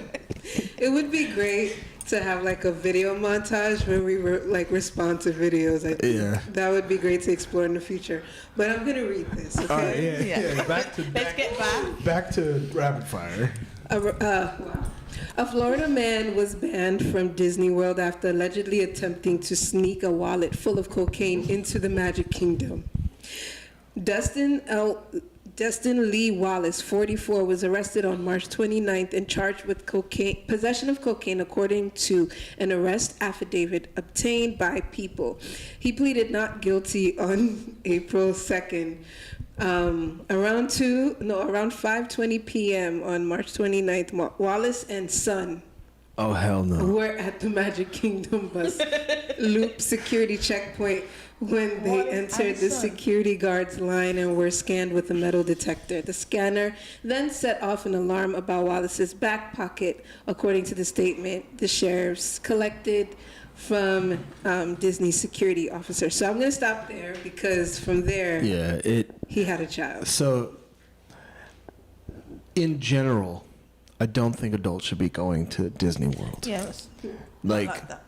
and adults that go to Disney World For the fun of it. without children need to be euthanized. It's true. There was Because- a post where these women went and they Yeah. were in batty shorts, and they What are had no baddie shorts? shorts at them. Booty shorts. Yeah, and they were How there did you in understand? How did you Because understand bati that? means butt. It's Yeah. it's patois, but in Yeah. English. I have to say English In and English batty way. shorts. Oh, Yeah, but they were seen going to, and there was a big thing on it online with 4 women with no children wearing that going to Disneyland. but I don't understand why adults are attracted to Disney World. Bro, let me tell you something. I was at work. Yeah. And so I had to do this house, and I knocked on the guy's door. Nice house, pretty big. And then to get into the back, he has to press a button and the gate opens. So I went back there, bro. It's Sounds like some pedophile shit already. it's weird. It's like Disney World. The whole back, he had his whole backyard, the floors, the walls, his house painted Does he have kids? Disney characters. Did you see There's kids children locked But up this is the somewhere, part. though. This is the part. His children. Kids locked up somewhere. Though. All his kids are grown. in the basement? No, listen to this. All his kids are grown, completely grown, grown kids. They're away at college or they're like married or whatever. Everything painted Disney World, and I'm like, yo, what is this? I asked He's him, I'm like, rich. yeah, he clearly got money. I'm like, bro, like, did you do this yourself? He's like, nah, man. I painted this guy down in the barber shop. I paid him to do this, and I was like, why? And he was like, well, when COVID happened, we couldn't go to Disney World. And he was like, I was so mad. He's like, they shut down Disney World for a flu, for a fucking flu. This is why we need Trump back in office. I'm like, That escalated quickly. bro, he goes to Disney World every year. Bro, there's something wrong with those adults. There's something wrong with those adults. I don't know, bro. Yeah. But he Maybe loves they don't Disney know, but World. there's something wrong with them. To the point he paid somebody to bring Disney World to him. That's fucking weird, bro. It's crazy. That's so fucking For strange. Children? Oh. But the problem, I don't know. The thing is that like it's like weird Peter Pan syndrome, where it's like these fucking weirdos are like, I'm never gonna grow up, but then in like the weirdest way possible, because it's like I can understand maintaining some childlike tendencies because it's healthy to do so in terms of the tendency, depending upon the tendency. It's been what it is. Depending if that tendency is something that more so allows you to remain curious about the world, to remain, lighthearted, to remain childlike in that sense, but not to remain idealistic like a child. Want to be more like a child? Yeah, not like more like a child. Like that to me is so strange that people are kind of like locked in that. Because the thing is that Peter Pan syndrome. yeah, it's like Peter Pan syndrome. Because even when I was in Florida, not in Pensacola, I was in Orlando.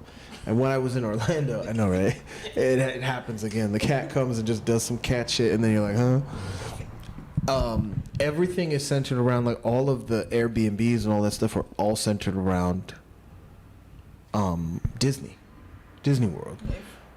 In that part of Florida, the part of Florida that I was in. Jessica said the Disney adults. There was an entire thread on Twitter psychoanalyzing them. Can you send me that thread? Yeah, that would be good to watch. Yeah, because like I genuinely don't understand it. But yeah, it's so weird because like anytime if an adult tells me that they're a fan of Disney World, I automatically classify you as someone that needs to stay the fuck away from me because Yeah, huh? What'd you say? Nothing. No, what did you say? No. You agreed. Yeah, Look, I do agree. yeah. But what I said was just wrong. Go on. What did you say? I don't know. That's the whole point of it. You can't say shit that's wrong. Move the mic closer to your mouth and say it again. So, it's just fucking weird, bro. I don't understand it, and I honestly don't want to understand it. But Disney adults are fucking weird. Disney adults. What are you doing? You listening to a Bajan accent? It's fucking. Oh my goodness. Should I go to the next please. one? Okay. Before this guy starts going crazy about the Bajan accent. Okay. Hey. So this news is pretty kind of, it happened like a couple weeks ago, but I'm going to read it anyway. A helicopter crash left a Siemens executive, his family, and their pilot dead. So, what? A helicopter crash left a Siemens executive, his family, and the pilot dead. There was a crash in Manhattan. Is there more context? Yeah, I was gonna pull that up. Give me one moment. All right. I just had it, but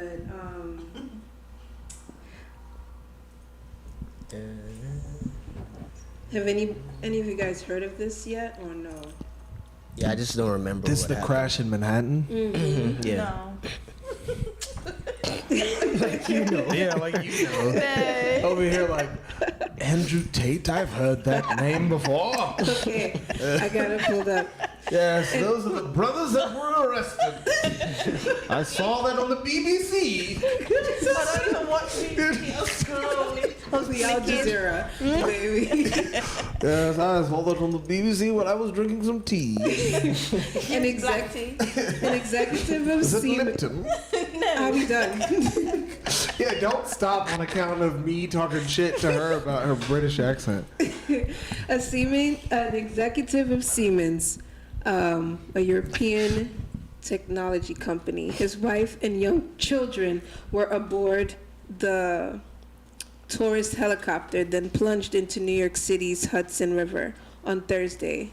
This was in April, so we're in May now, so last month. Leaving no victims. Augustine Escobar, his wife, and children, ages 4, 8, and 10, have been identified as victims in the crash, along with the pilot, aged 36. Damn. The crash was one day before the 8-year-old's birthday. And Eric Adams is just saying, our hearts go out to the family and those on board. So it seems as if, it's like a family, like, because I think they were based in another country, like they flew up to New York.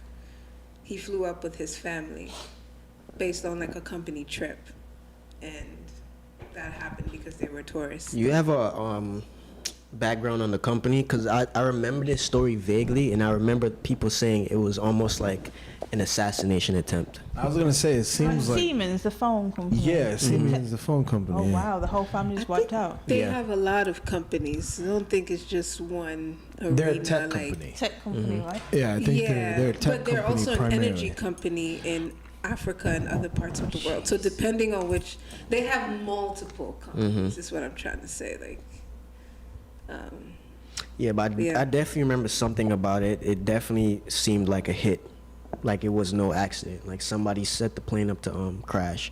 I think there was even videos of a mysterious woman who wasn't supposed to be there, like there before the actual plane took off, and then all of a sudden it just crashed. I don't know. It's a weird situation.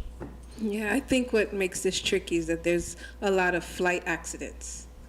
So, Bro, yeah. you left out the most important part. Wait, Did you they're just from pull it Spain? up? Is that what it is? He's the CEO. Right? Yeah. Well, they don't say that in a lot of like. He's the CEO of the. He's the CEO. He was the global CEO of rail infrastructure. hold on.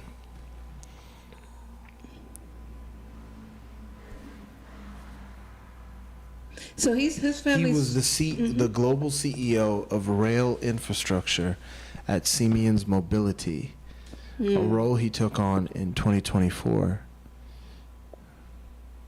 Only a year ago. Yep. And he's already. Somebody wanted to get rid of him. So how is that the most Somebody important wanted part? him gone. Huh? How is that the most important part? I'm curious. CEO. Because he's the CEO. Because he's the CEO. So his level of power. Yeah, Where did it his go to? his position. Yeah, then that means that like.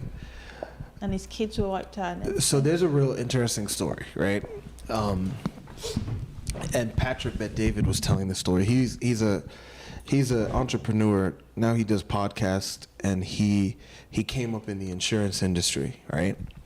And he was telling a story about how there were these two insurance companies trying to get a insurance policy from this client. They were both trying to get the same contract from this one client. And so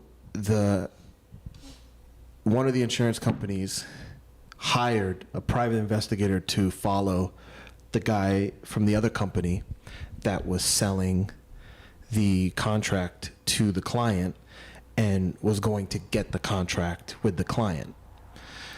So what he does is he follows him to the point where he understands his routine and he understands his what's the name that you use for like bars that you go to a lot, like restaurants that you go to a lot. His frequent visits. Yeah, like the places he frequently visits. And so he figures out where he frequently visits, okay? And so what he does is he pays this woman to stay at his one of the places he frequently visits. There's another word for it. I'm trying to remember what it's called. But he pays the lady to be there. So the lady is there, makes it seem like she's just there at random and happens to be at the bar. And I think the guy is married, right? Mm-hmm. So she sits there and then she starts crying and she has a breakdown, right? And so the guy is like, hey, what's going on, right? And so she's like, oh, she like plays like she doesn't want to tell him. She ends up telling him. Long story short, one thing leads to another. They go upstairs. They have sex. What he doesn't know is that the room has hidden cameras. So he goes about his business thinking like, okay, I just hooked up with this random lady, blah, blah, blah, whatever. Then he basically gets the footage sent to him. And then they're like, you go through with that contract and you don't say that the other company is better for the person, then we're going to put it out. So he contacts the guy that he was going to get the contract with and tells him, like, go with the other company. And the point being is that's what happens in the industry of insurance. Mm-hmm. We can leave it to you to figure out what happens in every other industry. Yeah. That's just insurance. What do you think they're going to do in other industries? You can't take the human nature out of. You can't take it out. You notice, like, whether it be imperialist, capitalist, anyone, they always have the same kind of play when they want to get rid of somebody or control somebody. It's either blackmail or assassination. Or kill 'em. Yeah, and it seems like plane crashes are a pretty common Oh, yeah. way to get rid of somebody. Oh, yeah. Or sinking ships. Yeah. Titanic. Yeah. A lot of them at one time. Mm. Next. Okay. Give me a second with this one. I'm trying to find a not so. Okay. By the way, did you guys know that BP stands for British Petroleum? No. Yeah. Mm-hmm. Yeah. Mhm. And then it's owned by the Queen, the company, Well, the king now. the King now, Mhm. and the company itself. I'm not talking about gross. I'm talking about net. Mhm. Pulls in close to like 365 billion or something like that a day. I didn't know how much they make. That's but like net. net a day. Like, Stupid. I didn't know it stood for British Petroleum. Oh, you didn't. Oh. I didn't know that. Yeah, I mean, you didn't. Oh God. The royal family owns Yes, I did. a series of companies that you would not think of. Like, you know, like Dove soap and what's another one? The toothpaste, Colgate, and all those. Yeah. They're just subsidiaries to a parent company that is owned by another parent company, owned by another parent company that's owned by basically Unilever. Unilever is basically, if you don't know, it's really it was called the East Indian Trading Company, which was the British company that they used to colonize Nigeria, Ghana, and like basically Africa. So, needless to say, obviously the royal family has stakes in these companies, because once the quote unquote, what do you call it, freedom of these countries, or the revolution. right, what happened, and then they quote unquote left. You got to realize that what we were dealing with was corporations. All they did was change their freaking names, but they're still gaining all the wealth. So you might think, oh yeah, we're free, we're independent, but then you buy all your shit from them. And they use that same money to then empower themselves to then destabilize your economies and your countries. It's the game. It is what it is. It's a quieter game. Yeah. Well, It's a new way of colonization and a new way of slavery. Well, it's the same way in Sinners. When he Don't says, we're not giving anything away. We're not giving anything away. We're not giving anything away. When he said, Yeah, we're not giving anything. We're not giving anything away. When the guy says, "No one from the clan better come," and he's like, "The clan don't exist." Exactly. And he's like, This "Clan don't nigga. exist." Exactly. The clan This don't nigga. exist. Can we It's not. just We go didn't to- give anything away, you did. guys. The clan don't exist. So you know when I'm watching tomorrow, you know I'm gonna be looking out for that. Oh, the specific clan thing. doesn't exist. Yeah. Yeah, but it's like I'm telling you, it's Could you not a save part. it It's for like next not like a episode? fundamental part of the movie. But anyway, go ahead. Go ahead. Next episode, we talk about it. Okay. All right. So Terrence Howard alleges that Sean Diddy Combs I'm gonna seemingly wanted an intimate relationship with him. I believe it. Yeah. Okay. That Do you baby guys oil, need me do you need me to read any more? Is that enough? Hey man, it's Hollywood. It's the industry. Yeah. It is I'm what sure it is. Diddy's tried it with everyone. Okay, so I'll read a quote that he said. Puffy invited me for weeks after asking me to come teach him wanted me to be his acting coach for a while. Howard told the I've read this podcast. story. Go there and he's sitting around just looking. I'm like, okay, what's the material you want to work on? He just stares and looks at me, just sitting there. I think he's trying to. His friend, he told his friend, and his friend kind of told him, I think he's trying to fuck you. He's trying to fuck you. His secretary. He told Yes, his his secretary. Kafra. So he goes and tells his assistant, like, what happened? Like, what, did he mess up? Did he forget something? Like, what do you think? It was strange. And then his assistant says, I think he was trying to fuck you. So he's one of many who are standing up and speaking. So any thoughts? Yeah, but Terrence is not exactly stupid. Wouldn't he figure that on his own without asking his secretary? Yeah, I mean, it's just interesting ever since, Cat Williams did that interview. A lot of people have been coming out and saying stuff. Yeah. It's stuff we've been knowing for years, but, now it's just being said publicly. It is what it is. TutibSaa? You think Diddy's up in jail, like, on some booty bandit shit? No, he's chilling somewhere else, I bet. Huh? I bet he's chilling somewhere else. No, he's actually in jail. Yeah, unless they like cloned him or something. You can't clone nobody. But wait, what are you asking? You asking me what I Your think about this? Yeah. Well, did you also see how he came out and then he said that they wanted him to play Marvin Gaye Yes. in the biopic movie for Marvin Gaye, but he wouldn't do it because he turned it down because they wanted to explore allegedly about Marvin Gaye being gay. I know, right? What a punchline. And he would have to kiss another man, and he turned down the role because he was like, I'm not gonna kiss another man. It's Terrence Howard, because he said if he has to kiss another man, he'd cut his lips off. Yes. Don't trade your man card. You gotta love Terrence Howard. Your man card. You know. I think he's a great actor. Yeah, so like, I mean, honestly, like, I would not,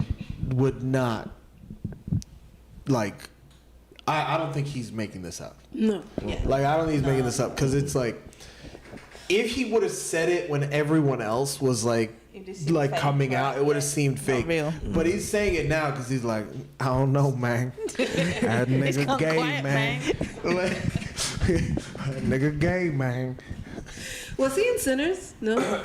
Terrence Howard? No. I wouldn't have been able to take Sinners serious if Terrence Howard wasn't. No, he would be perfect, I think, for Sinners. No, it wouldn't. His look, I don't know. He Nah, looks ugly. no. I Like, haven't seen it, so it was, nah. it was perfectly casted. No, I wouldn't say that. I'm not. I have my critiques. I have my critiques about the movie, but I actually think that depending upon the way you're looking at it, I think, and I'm not gonna say all of them because I think there was some great acting, but I think there were some people that could have done better. But I'm not gonna say who. Yeah, Talking about the main guy? Yeah, Nigga. Wait. I think. I see why you say that. I see why you say that. because and I'll just say this, right? It's a period piece, so you're dealing with heightened language. Mm-hmm. Yeah. Because you're dealing with heightened, and I was talking to Kenny Marshall about this, because you're dealing with heightened language, and because it's in the South, Yeah. and it's the early 1900s, everyone speaks differently. So it's like, even when the way I'm speaking right now, in 100 years is going to be considered heightened language, because it's going to be wildly different from how you speak now. It's going to be insanely different. It's the same thing when it comes to Shakespeare. Shakespeare is considered heightened language because when you're speaking iambic pentameter, the rhythm is different.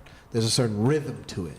So because of the iambic pentameter, the way where you break, where you keep going, where you stop is completely different.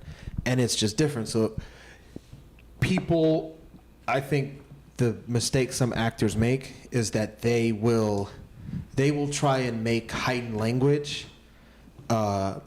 stylized instead of making heightened language more natural. Yeah. More realistic. Yeah, like more realistic. Because if you're gonna go into heightened language, there should be no break going into heightened language.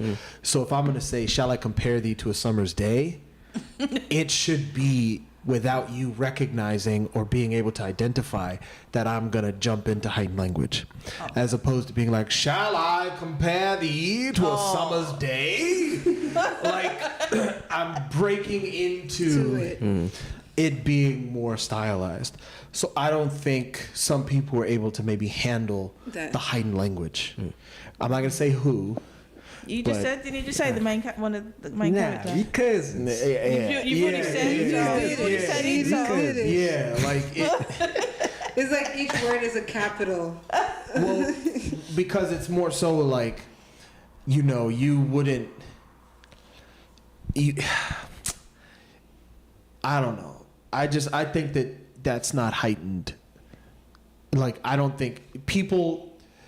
There's a movie called Loving, and it's about this couple, and the lady was like light skinned black, and then the dude's a white dude, and it's about them. she was passing. And it's about them in like the 60s or something. They were like a couple. Well, it was like illegal to be in interracial marriage, whatever, blah blah blah, whatever, right? So the point being is that when they made the movie, they make the movie and then like make them feel like they're doing something, like they're doing something historic. But the thing is that you rarely realize you're doing something historic in the moment when you're doing it. it just feels like a normal Tuesday to you. Yeah. Like Yeah. you don't know you're doing something historic. So there's like a saying in the acting world, when you're trying to pull off something historic, it's like if you have a line where you're gonna say the title of the movie, like let's say the title of the movie is like The Lovely Bones, or like a good example is like the movie Gone Girl. No, Gone Baby Gone. I just saw Gone Baby Gone. I just right? saw it. You just saw it. Yes. Mm-hmm. When that Haitian guy said. And the Haitian guy. And then when they ask him, when they're like, hey, you know, they're talking to him, whatever, and he's like, and then whatever he says, he's like, that baby gone. But it's like, it's heightened. It's a different. It's different. Instead of it being a normal fucking Tuesday where that guy would say, gone, baby, gone, normally, he knows, that actor knows, this is the title of the movie. And I'm going to say this fucking line so you know that this is the title of the movie. And then you're just But you're just like, ugh. So I think that guy, The main guy. yeah, I mean, but I'm not saying he did a bad job. I'm just saying with the language. I think with the language, he wasn't able to handle the heightened language. Nah, I can see that. I get what you're saying. It reminds me of District 9 when they had like the Africans there, and I'm like, what accent is this? Like, that's not a nice. exaggerated Yeah. South African accent. Yeah, but they were saying they were Nigerians, and I'm like, a Nigerian in South Africa No. with that accent? No way. So yeah, okay, I hear you on that. Let's see. All right, so now we're getting back into like political conversations. Israel controls 50% of Gaza after raising land to expand its buffer zone. Buffer zone? Let me get that. Was What does the that title even of mean? the article. Here goes. This is Israel. Israel has drastically expanded its footprint in the Gaza Strip since relaunching its war against Hamas last month. It now controls more than 50% of the territory and is squeezing Palestine into shrinking wedges of land. The largest contiguous area the army controls is around the Gaza border, where the military has raised. So it's R-A-Z-E-D.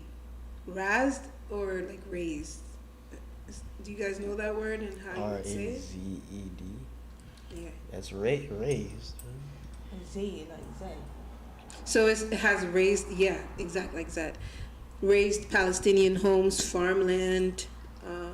I think it just means And- like demolished. Oh, I think okay. that's what it means. Yeah. It just means like they basically demolished whatever was there. Was there. Homes, farmland, and infrastructure to the point of uninhabitability, which means people can't live there, according to Israeli soldiers and rights groups. This military buffer zone has doubled in size in recent weeks. So, yeah. Any thoughts? Yeah, so raise means to completely destroy. And it's doubled in the last. Yeah, I mean, Yeah. I think when you look at what when you look at what Israel is doing, you just understand that like that's just America's modus operandi. So you're just looking at what Israel and America and different colonizing bodies, whether it be the British, whether it be the French, whether it be the Portuguese, whether it be the Spaniards, whether it be Dutch. the Romans, the Dutch. Dutch, whether it be, I don't really know about like Eastern Europeans really being No, not really. like you don't really hear about like Eastern Europeans really being No. colonizers like that. No. But It's always the Western it's always European like countries. the Western European countries, like because when you hear about them and what they do, like I don't think any country is in any type of position based on its history and based on what they're standing on in terms of resources that they've raped and pillaged from their colonies, get to have any type of moral high ground. So I think that's why these Western European countries aren't saying anything to Israel because it's sort of like, who taught you that? Oh, I did. So then what do you say? What do you say to someone who has perfected your genocide? Like, what are you gonna say? And I mean, because when you really look at what Israel's doing, it's a genocide, and they're ethnic cleansing the Palestinians, and there's nothing else to call it. And it just is like, to me, when you look at the way people are politically making the situation, it's like you just have to step out of the way the situation has been politicized, and you just have to be honest about the circumstances and what's happening. And when you look at the circumstances of what's happening, it's a genocide. I don't give a fuck about whether you're an Israeli or you're, whatever it is. You just take that out of the equation in terms of like the political borders and the countries and any of your religious bullshit, and you just call it what it is. It doesn't matter what it doesn't matter if you're doing it in the name of Jesus, if you're doing it in the name of Muhammad, if you're doing it in the name of Yahweh. It doesn't matter what it is. It is a genocide, and that's exactly what it is. It's always funny to me when I kind of like think about the Israel situation. Just knowing the history of how they even got the country, it really was just given to them by the British. Really, if you really look into it, it was planned and set up by the British oligarchy, if that's the word, right? To kind of like spread their land, to kind of like push their kind of like agendas into like the quote unquote Middle East. Like all Israel really is a military standpoint where they have a foothold in the quote unquote Middle East. That's all it is. It's a fake, fictitious country. It's not real, and their only claim to the land is biblical scripture, which is make believe anyway. And it's always funny because Israel has banned DNA testing. No, I didn't know that. Yeah, it's illegal to have DNA tests in Israel, and the reason for that is because if you actually were to get like the DNA samples from quote unquote Israelis, all of their DNA would be 99.9% not even Eastern, like Western and some Eastern European. They're converts to the quote unquote religion, but the real issue is Red Bull. Gives you wings. I was waiting for that for the longest. I was thinking, when's he gonna throw it? Gives you devil wings. I was like, I need to get away from this crazy ass white man. Blow up the plane in the name of Jesus. Yeah, but the real issue is like even the people they're killing, the quote unquote Palestinians, those people have been there for thousands of years at this point, and most of those people, the interesting thing is, I'm not gonna say they're indigenous, but they're native to this in a sense where those people also converted to Islam, meaning they were already there for a long time. So in a way, dare I say this, those people might actually be the people that were actually the quote unquote so-called Jews that they're talking about. But now this might give a better context as to why they have to ethnically cleanse that area, ethnically cleanse those people, because it's like really getting rid of the evidence of like the fact that you're stealing this land and you're only claiming to have a claim to it based on scripture, but again the scripture is faulty. It's just interesting. And I'm also interested to I want to research more on Hamas, because you guys aren't really winning. This is just my theory, but I think Hamas might even be Israel. Think about it. What is Hamas really doing? Because if it's a rebel force, right? Yeah. Because one of the things that I find like colonizers like to do is they like to set up people to fight against, to make it look like There's gotta be an enemy. Yeah, it has to be an There's a enemy. fight. It's like it's what's his name? Osama bin Osama bin Laden. Yes. And I don't know if that's true. I'm just my thought. It's You just don't a know if thought right Osama now. bin Laden is true? No. I'm talking about Hamas. Yeah, I was like, what do you mean, bro?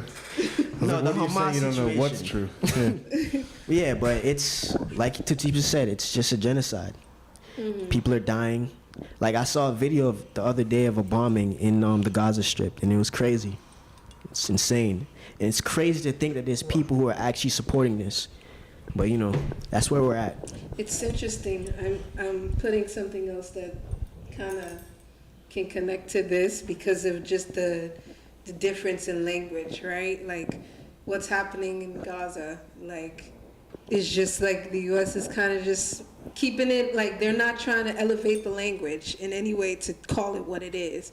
But when you have someone like Captain Ibrahim Traore, like he's like a dictator, like just jumps to that word right away. And it's like, well, what did he dictate to do? What did he dictate to do? About. Right. Yeah, so I guess I should just go to the next rapid fire unless somebody wanted to say anything else. I mean, that's just politics. That's the thing, is that people do, when you're able to write what the headline is going to be, or you're able to go into meetings and then say like, this is how it is, then you get to erase what you've done wrong.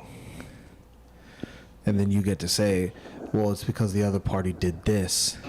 That's why this. And they did that. And that's why that. So, I mean, it's just human nature 101 is that human beings will do atrocious things. And because they get to decide how the narrative is going to play out afterward, then they get to control the narrative.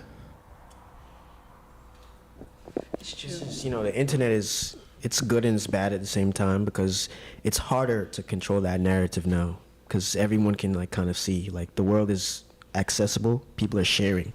So a lot of people have different understandings, different opinions now. Not everybody's just gonna go and look at CNN and just go with what CNN is saying. Like, look how many people have their own news outlets.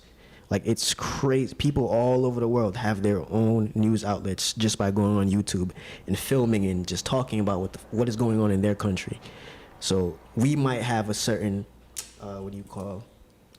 propaganda being pushed to us, but then you go and find out what's really going on over there from somebody that's actually there, and it's like, well, that's not what they're saying over here. So, you know. Yeah. Okay, going to the next rapid fire. Thousands of people rally in support of Burkina Faso's transitional president, Captain Ibrahim Traore. He's transitional president? Yeah. Oh, damn. Yeah, he wasn't even trying to like stay in the position, but it's just that people want him in the position. To stay. He was going to leave, I think, a couple... Not leave. He was like saying, hey, like, you know, when it's done for me, it's done. And people were like, no. Please stay in position. And that's really what, like, is Humanity pushing really this. chose him, innit? So in Burkina Faso, thousands of people rallied in support of interim President Ibrahim Traore Wednesday after military rulers said they foiled a plot to overthrow his transitional government. Traore seized power after a 2022 coup and moved to end military ties with the former colonizer, France. Protesters also condemned recent comments by General Michael Langley, head of the U.S. military's Africa Command. House nigger.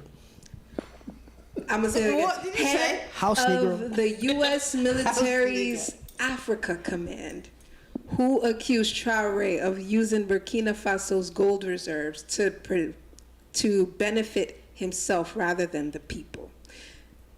This is a protester in Ouagadougou saying, words like democracy, human rights, no one can teach that to Africa. The African continent was the first continent that produced democracy, but not that of the West, which consists of burning countries, burning continents that do not think like them.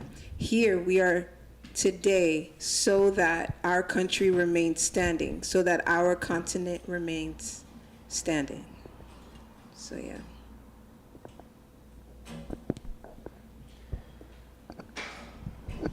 You know, I don't think I've ever.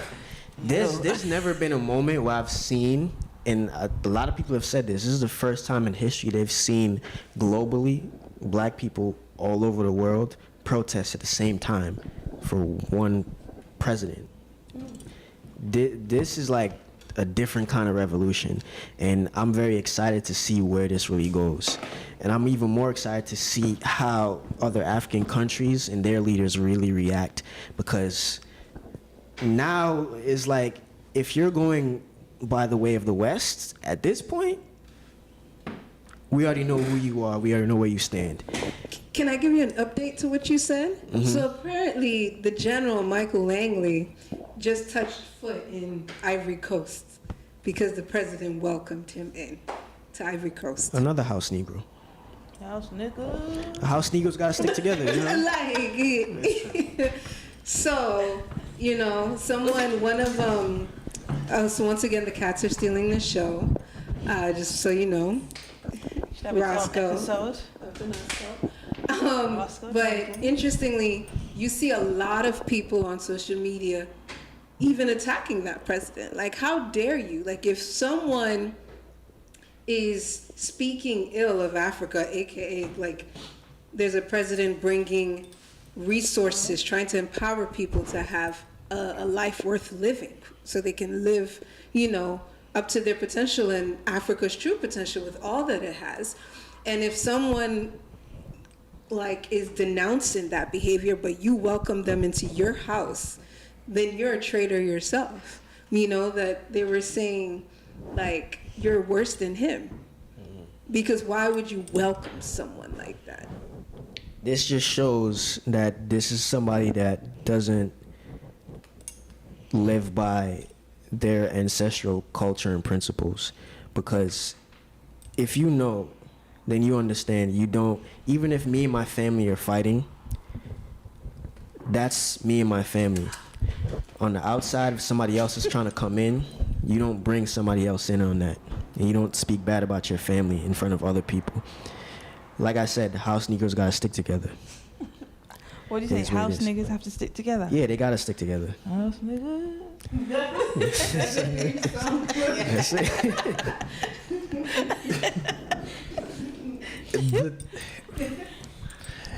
Here's the thing, right? I don't think anyone over the age of 35, outside of Ibrahim Traoré, because Ibrahim Traoré is what, 37? 36. He's 36. Just turned 36. He just turned 36. I don't think anyone that's over the age, let me just put it this way, right? I don't think anyone that's in their 40s, anyone that's older than, anyone that has aged out of their 30s has the capability to lead anything into the direction that it needs to go globally. And I say that because when you look at the world and when you look at what's happening in the world, Ibrahim Traoré is one of the best things to happen to Africa as a whole in a long time. And Ibrahim Traoré is one of the best things to happen to Africa in a long time because he is completely denouncing all of the colonial powers and all of their institutions, everything, including the way that they think, including everything down to their ideologies, you name it. He's completely dismantling the West and what they've put into Africa, dating back thousands of years. And he's also standing, most importantly, he's standing with his indigenous African culture. That is the most important thing. There's nothing you can say to me as an African man that can make me look at Ibrahim Traore and then will make me say that he is doing anything that we should be against as an African person. Nothing. Nothing. For me, looking at that, as a man that comes from Sudan, I'm not from Burkina Faso, but I'm from Africa, I'm from Sudan. I wish every African country had someone that's willing to stand up like Ibrahim Traore in the world. Because for him to stand up to these colonial powers, to stand against these colonial powers, you're dealing with somebody that is truly doing what you call historical, that is doing what you truly call revolutionary. He's not here to be a bureaucrat. He's not here to be a politician. He's here for revolution. And if you're going to sit here and lie to my face and then tell me that he's not equipped to lead, there's something wrong with you. And that's why, me personally, looking at the world, Ibrahim Traore is one of the best things to happen to Africa in a long time. And looking at people that are under the age of 40, I have hope in them, but I have no hope in anyone over the age of 40 that has the fucking audacity to tell me that what the West is doing in terms of bureaucracy, in terms of politics, in terms of colonialism, in terms of war, in terms of death, in terms of raping and pillaging of resources is anything better. Well, you know, the thing is also, it's scary for the West to think that their slaves will start to stand up. It's very scary to think that their cash cow will stop producing. It's very scary to think that they'll no longer have power in the grip that they have in the world. So for them, they're really panicking. And for a lot of people, what I've come to understand, specifically here in the United States, because we live here, kind of, right? I've noticed people tend to shy away from understanding what's going on in the world globally in terms of like things with Africa, things with like Palestine and wherever else, right?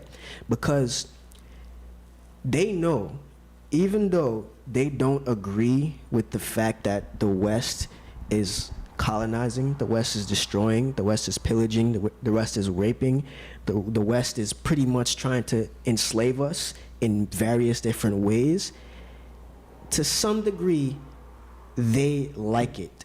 And you know why? Because they benefit from it.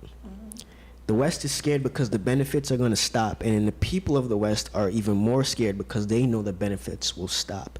It takes a certain kind of individual to have the understanding to know that I'm going to have to give up some of these comforts here in order for there to actually be peace and equality in the world. People don't want to lose that comfort. Like if you bring up certain situations, certain things like, oh, well, you know, Ibrahim Traore, he just took back the gold mines. Oh, yeah, they're producing this, they're producing that. Oh, yeah, America and so on, they're not going to be able to go and get these contracts anymore. They're not going to be able to go and get this. Factories here will have to shut down. Money here will not be the same. The access you have to resources will not be the same. You only have that access because somebody else is suffering. So when somebody else's suffering stops, your suffering will start. People don't want that. The system is built on oppression, but once that system falls, then what? They don't have to cope with change either. They're so used to how they don't know how to think of how to cope. They just don't know. How is it like in the UK? Like, what's the general sense of how people are reacting to, like, Captain Ibrahim Traore and like him just taking charge? There are various parts of England, you know, standing up to it, but they're quiet about it because England is so perfectly enslaved. You don't know that you're enslaved, like you just said, but you actually don't know because everything's perfectly aligned and smooth, and Mm-hmm. even the grass is cut neat. You don't want to look out of anything. So when things are happening, you're just doing it because, oh, they're doing it, so let me do it, without actually seeing what's going on. Mm-hmm. Yeah. You're just fitting into that. Yeah. Yeah, you're in a bubble. We're in a zoo. People don't want to leave the zoo. Yeah, That's the truth. driving around here, and I was just like looking around, like, why does this look so Neat. children playing around in the lawns? Like, there used to Yeah. be people sitting in stoops, Yeah. but you don't see anyone out. And Darrell was saying it's like sanitized out here. Yeah. Yeah. That's a good way They to have put no it. children That's the laughing perfect way to outside put or it. nothing anymore. Mm-hmm. It's what's the word I'm looking for? Not sanitized. Like when you like nothing lives anymore. Sterile. Sterile. Mm. Sterile. Yeah. That's like what the West is. But I mean, yeah, no one. That's the thing, is that like I'm looking at America, and I'm looking at everything that's happening, because I work with logistics, so I work with supply chain. So what Trump's doing with tariffs is huge, and I don't know if everyone realizes what's going on with the tariffs, because America is not in a position globally to produce anything. Mm-hmm. Everyone in America That's what he wants to change. are consumers. Mm-hmm. Everyone. America Okay. is centered, the West, Mm-hmm. we're nothing but consumers. So, do you guys watch White Lotus? White lovers. No. White Lotus? That's a show. It's a show. No, no. I've never seen it. It's a show about rich white people. Mm. Okay? It's a show about rich white people and what happens when they go to high-end resorts, and then what plays out. So the most recent season takes place in Thailand, okay? Spoiler alert, because I'm going to spoil an aspect of the plot for the third season. But there's a part in the show where there's a guy that wants to marry a lady in Thailand. He's in Thailand also. He's from Thailand. And she is like encouraging him to get a promotion. She's encouraging him to get more responsibility at his job, to gain more upward mobility. And he's the security guard that happens to have been involved in a robbery that happened at the resort. And he figures out who did the robbery, and who did the robbery are 3 Russians. Okay? And when he finds out that it's them, and he's like, he goes to one of them and he confronts him because he's his coworker that was distracting him for his friends to come in to rob the place. He's like, listen, bro. He's like, we had to do it. He was like, because if we didn't, he was like, what else are we going to do? And he was like, and you please can't tell on us, because if you tell on us, we're going to get deported. We're going to have to go back to Russia. We're not going to be able to do anything when we go back. Now, at the end of the show, he makes a decision to kill a rich white man in order to increase his upward mobility, because the rich white man killed a highly influential Thai actress husband. And so she's like, kill him. And he ends up shooting the guy and killing him, right? And then at the end of the show, he becomes the driver for her. So he gets that upward mobility. Now, the reason why I bring this up is because when you look at America and Americans, the West, Westerners, Europeans, they go to these so-called third world countries and they treat them like their playgrounds. Yeah. So what it is for them is for you to go there and then just, oh, here's the help. Here's the people from Thailand. Here's the people from here. They're just here for me to take advantage of. They're just here for me to be able to use in this manner, right? So I was telling, because me and Tiasta were talking about it, and I said, no, let me break it down to you. I said, the reason why he didn't tell on those guys is because they're in the same situation as him. Yeah. But the reason why he's willing to kill the rich white man at the end in order to increase his upward mobility is because that white man was already compromised. And he's looking at him like he's far away from him. He's in another social class and his life is already over. So he might as well just do it. He might as well just kill this guy and get get what he needs in order to increase his upward mobility. And that's the difference, is that in America, we're consumers. We're not producing anything. And the rest of the world is looking at America like it's blood in the water. It doesn't. It is not advantageous right now to be America. And the thing is that, like, I saw something the other day. Trump made $17 billion off of the tariffs. Economically. Like, he was able to gain like 17 billion or something like that. I don't know if that's true or not, right? I don't know how much truth there is to that. But it really makes me think, because every time you call a company, why Langley ain't say something about that? Huh? Why Langley ain't call that out? Yeah, why would he? That's the commander in chief. And I remember when I was in Pensacola, there was He's some. the Africa commander, remember? AFRICOM for the military. There was a girl that worked for. There was a few girls that were working for the concession stand. Yeah. And when I was talking to them, because my booth was like right in front of theirs, and I was telling them, I'm like, what, you guys are in the military? They're like, yeah, we're in the military. We're doing this as a volunteer. So they go work at a concession stand for 3 hours, and then they get to be able to take a day off from work at the military. So I asked them, one of them said something. I actually didn't ask them, but one of them was talking about Trump. And she said, yeah, I think Trump is an idiot, but he's my commander in chief. So if he says we got to go to war, we got to go to war. So the interesting, I know, right? God bless America. But the interesting thing to me is that when you look at the state that the world is in, because call a company, call their helpline, you're going to get rerouted to somebody that speaks English, that's either in India, that's either in Thailand, that's either in Vietnam, that's either somewhere in Asia, they're elsewhere, or Egypt, they're somewhere.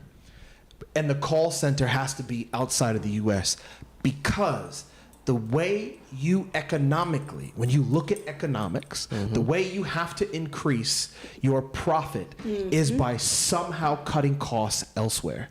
So in order to get what made this country what it was, an economic power in America, was free labor. Slavery. You built it off of the backs of people that you did not have to compensate. So the only way you can somehow increase an ability to make that labor difference in terms of costs up is you have to outsource the jobs elsewhere, somewhere outside of America. But the problem is that the outsourcing of those jobs into those other countries have built these other countries into superpowers. It's true. So you cannot stand up to China. And that's why China's like 100%. Motherfucker, fuck you, 125%. And that's why they're willing to match Trump bar for bar for these tariffs. But that's what these people do not realize outside of the US. There is no power in America anymore. We have compromised the power of America. We have compromised the power of these so-called colonizers. And that's the difference. Is there's nothing these Western countries could say to any of these other countries. Economically, morally, religiously, you fucking name it. They can't say anything to these countries. We have the Declaration of Independence, bro. That's what people care about.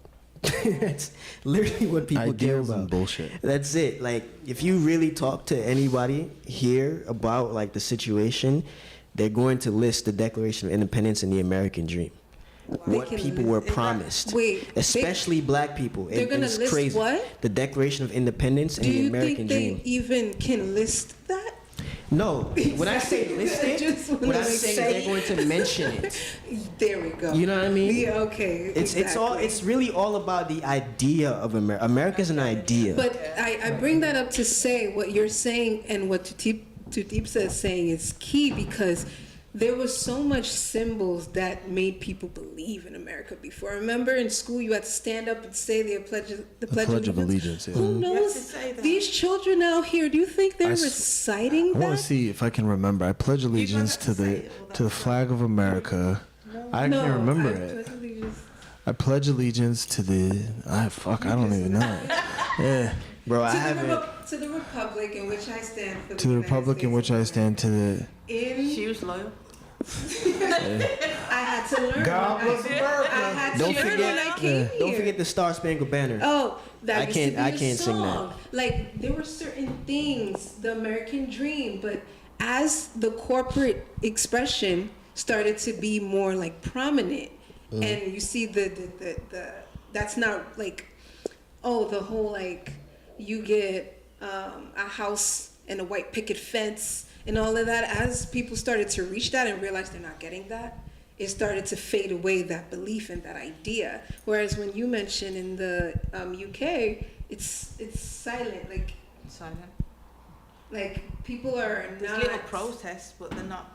No, I mean the nothing level too the much level there, of yeah. the level of comfort has killed any notion of attempting to nullify or attempting to cessate what you are benefiting from.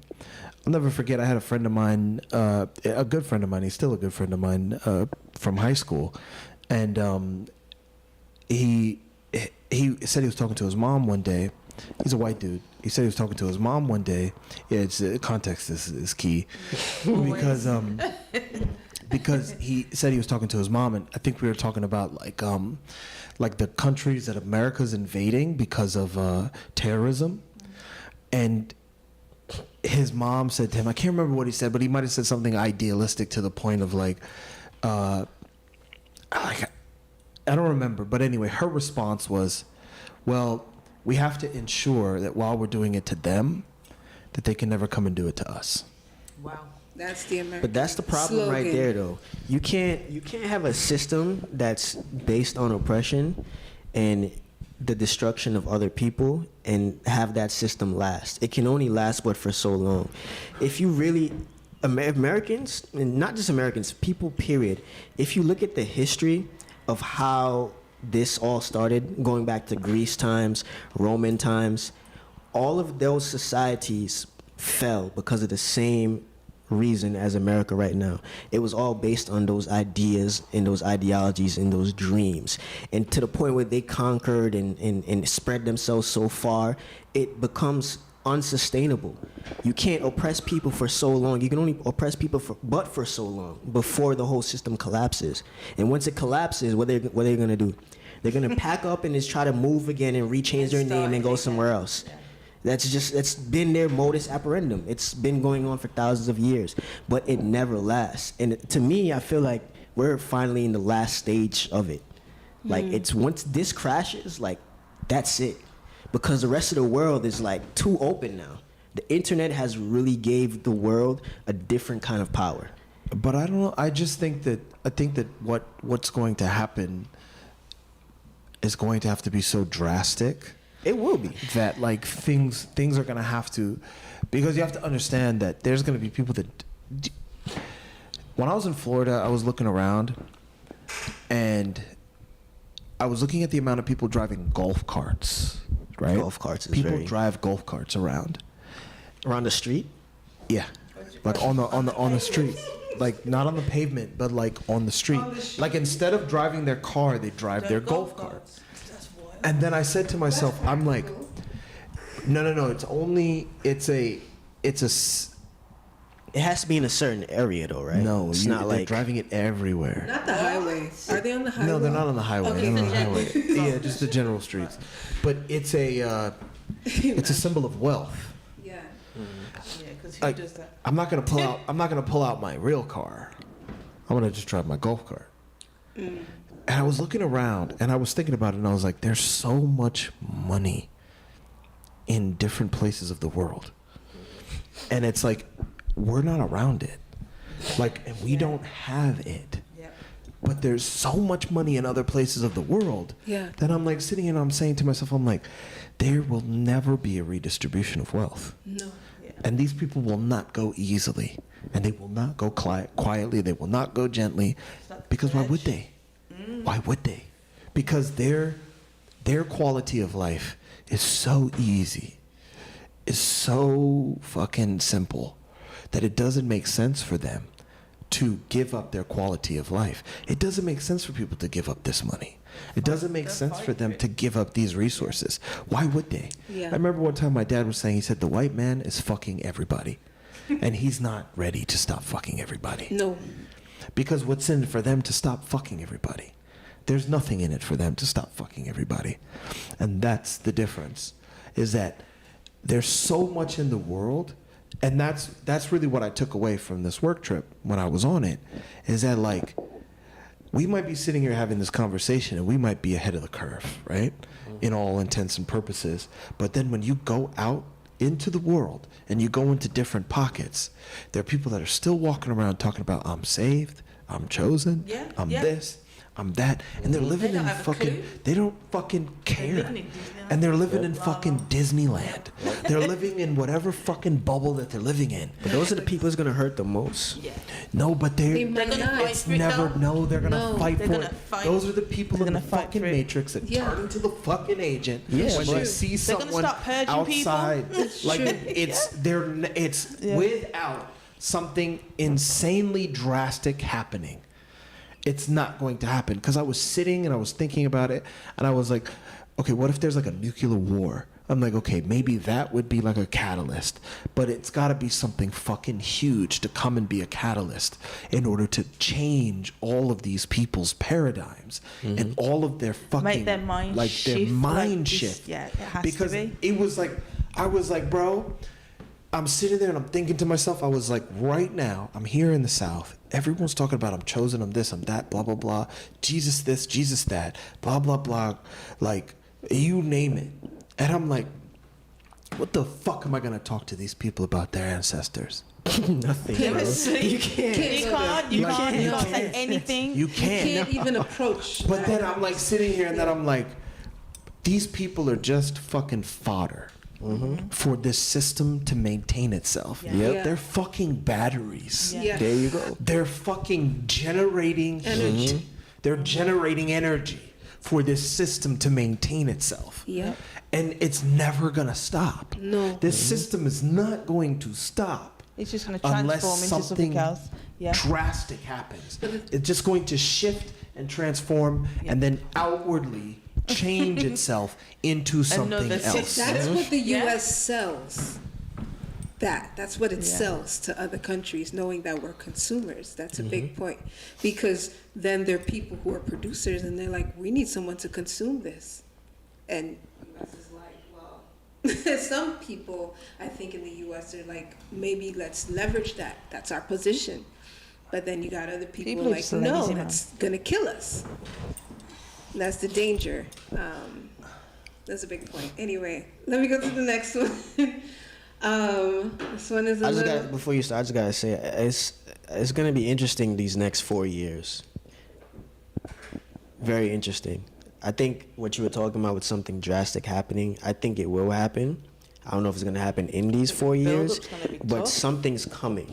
The what? The build up to the change is going to be rough. I thought you said the bills, and I Oh, was the- like, yeah, the Oh, bills. the bills. Oh, Because all those jobs that people are missing jobs, or the Yeah. inconsistency of jobs, like the things our parents used to have a job for like 40 years. Like now it's the gig economy, but it's even more insidious than that. Like we talk about the OnlyFans situation. You got people who are but you got people who are But they're like, making born millions- into they're making millions They're millions the of ones dollars. that's going to fight. They're They're making making a lot of millions money. of dollars. Gonna fight, And yeah. that's what I'm saying. There's a redistribution of Of wealth, yeah. that's happening right before our eyes. But people don't No. people aren't stopping and thinking about the it's taking our redistribution children of as well. wealth That's the that's mad thing. happening right in front of our eyes. And that's what I'm saying. I can't be mad at a woman that's on OnlyFans that's taking all of these fucking bozos for a ride. Because You know, I'm there's like, one guy who spent like over $1 million on one girl's OnlyFans. There's But they're all even doing that. They're Just all one doing guy. that, bro. You mentioned no, the but fetish. just him alone Yeah. contributed over $1 million. I wanted to It's add, like, how much money do you have to even just waste doing it? Stupid. no, but that's thing what I is that wanted these to add people to have that. money. There are And they're gonna people. fight for that money. There's a documentary out there, and this is a real thing. There are men out there. Apparently, their fetish is giving money away. Yeah. That's a fetish? Yes, literally. Yeah. The women are not doing anything. They have no. I'm so serious. They have a thing. They're married and everything. It doesn't matter what their situation is. They have a kink from a woman telling them, "Send me this much Yeah. money," and they will send it. They have like there's a whole Yo, documentary covering this these world's men backwards. and then interviewing these women like, "How do you feel?" And she's just You're like, out of "He the wants to frame. Come give me closer. money." Like, How long have I been there? I You don't never know. said that. She's still in the frame. Oh, Yeah, she but leaned a little too far back. Just come. Yeah. But that's what he meant when he said like some sexual proclivity. Some of them are just so strange It's and so strange. wonky, like, I'm telling you. and people You- will send thousands, hundreds of thousands just because a woman Send is it like, why? "Send me Why? money." Yeah.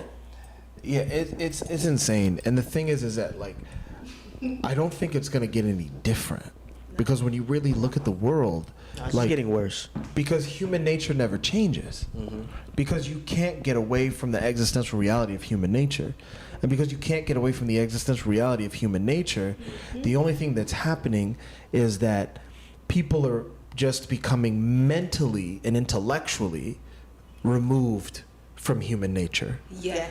So then what's happening is intellectually you're not able to recognize human nature right in front of you.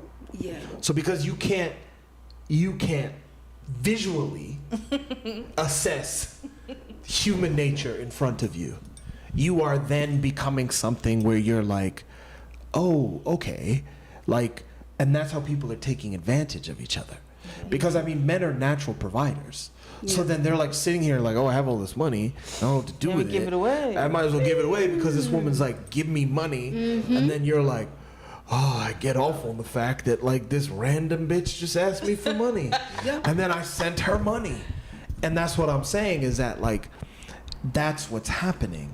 Is that there's these huge voids that are present in people's lives because they're not able to get what they actually need according to human nature. That's why when you look at lesbians, they're so fucking miserable. Because when you look at lesbians and they're so fucking miserable and angry, it's because what happens between a man and a woman when they have sex is that there's an energy exchange. You gain some of the energy, and then they gain some of the energy. So then you exchange. But when you're just a pent up fucking feminine fucking battery, and then you're just a pent up fucking masculine battery, like there's something that's not happening. There's an exchange that's not occurring. So there's just existential voids that aren't being fulfilled, and people just don't seem to give a fuck.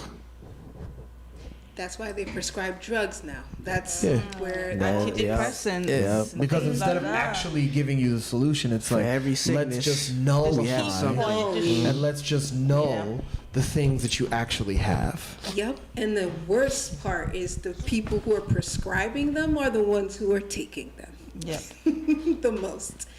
It's deep. It's deep. So you guys are saying something big. I hope people can really hold on to that and remember that there's huge shifts taking place, and it's no joke. It's no joke. Okay. Chicken meat washed up on Jamaica's shores. I was waiting for this one. Public warned. Have you heard that one? No. Public warned not to consume it. But did they listen? Yeah, a whole, what do you call it? A whole Yeah, it's a shipping container. of chicken just washed up on Jamaica's sea. Sure. And you got these people out here just free chicken galore. Let's take chicken and going home with it. Is the chicken wet? It's Nah, frozen. it was frozen. It's frozen. Is it still frozen? No, it was when Yeah, it it landed was. though. That was the weird part. When it got there, it was still frozen. They just took it home. Yeah, And like what was the name of the chicken company? it was I think crazy. it's connected to Brazil or something like yeah, there's that. the name of the Yeah, people. per dex chicken Yeah, or and something people like are that. saying, don't Yeah. eat that chicken. See, Yeah. even the police are saying, listen. Yeah, I was like, Yeah, it was Are the police weird here? because like the shipping be like, container just Perdex, yes, it's a Brazilian company. About to take it was off. not meant to. Wait, hold on, but it was can't go not. to jail. But it was not. You like skin people like It me? It was not intended for the Jamaican market, apparently. But it just washed up perfectly. like a whole shipping container. whole It was Like, meant to what go to the happened? Cayman Islands. I think it was like an experiment on the chicken and the people. Come on, think about it. No one reported this They container cloned missing. Tyrone. Have you seen that? Talk about it. They cloned Tyrone. Yeah. The Talk people said that. Yup. Yo, The speaking chicken of No meat. one which- reported the thing missing. Speaking of which, have you guys seen the show Common Side Effects? The No. cartoon No. Common Side Effects? No. No. It is one of the most well done TV shows I've seen in a long It's a time. cartoon? It's a cartoon, but it is about big pharma. Oh shit. It is about big Oh, pharma. I saw a commercial for this. It is about big. It is the most. It is one of the most intelligently done pieces of content I have seen in a long time. How do you find on what channel? It's Where do on you find HBO. It's on I HBO. don't even know what that is, Yeah, sorry. but okay, Max. it? No. It's on Max. Okay. Fucking. I don't know what to tell you. Stream it. Go Yeah, pirate just it fucking, somewhere. it's Whatever. on the internet, okay? You fucking UK person. Like, what? Yeah. I don't even have TV in I my know you're house, like, though. I don't even have internet. I don't have internet. Like, get the fuck out of here. Like, what you want me to say? Yeah, you're like, I don't even. A I love the computer. What's a computer? Allow it. Yeah, like what the fuck am I supposed to What's say the to you name at of this it point? again? Yeah. Huh? Common side effects. Common side effects. I wrote it Because down. what it does is that what it's saying it's because he can get to you from underneath.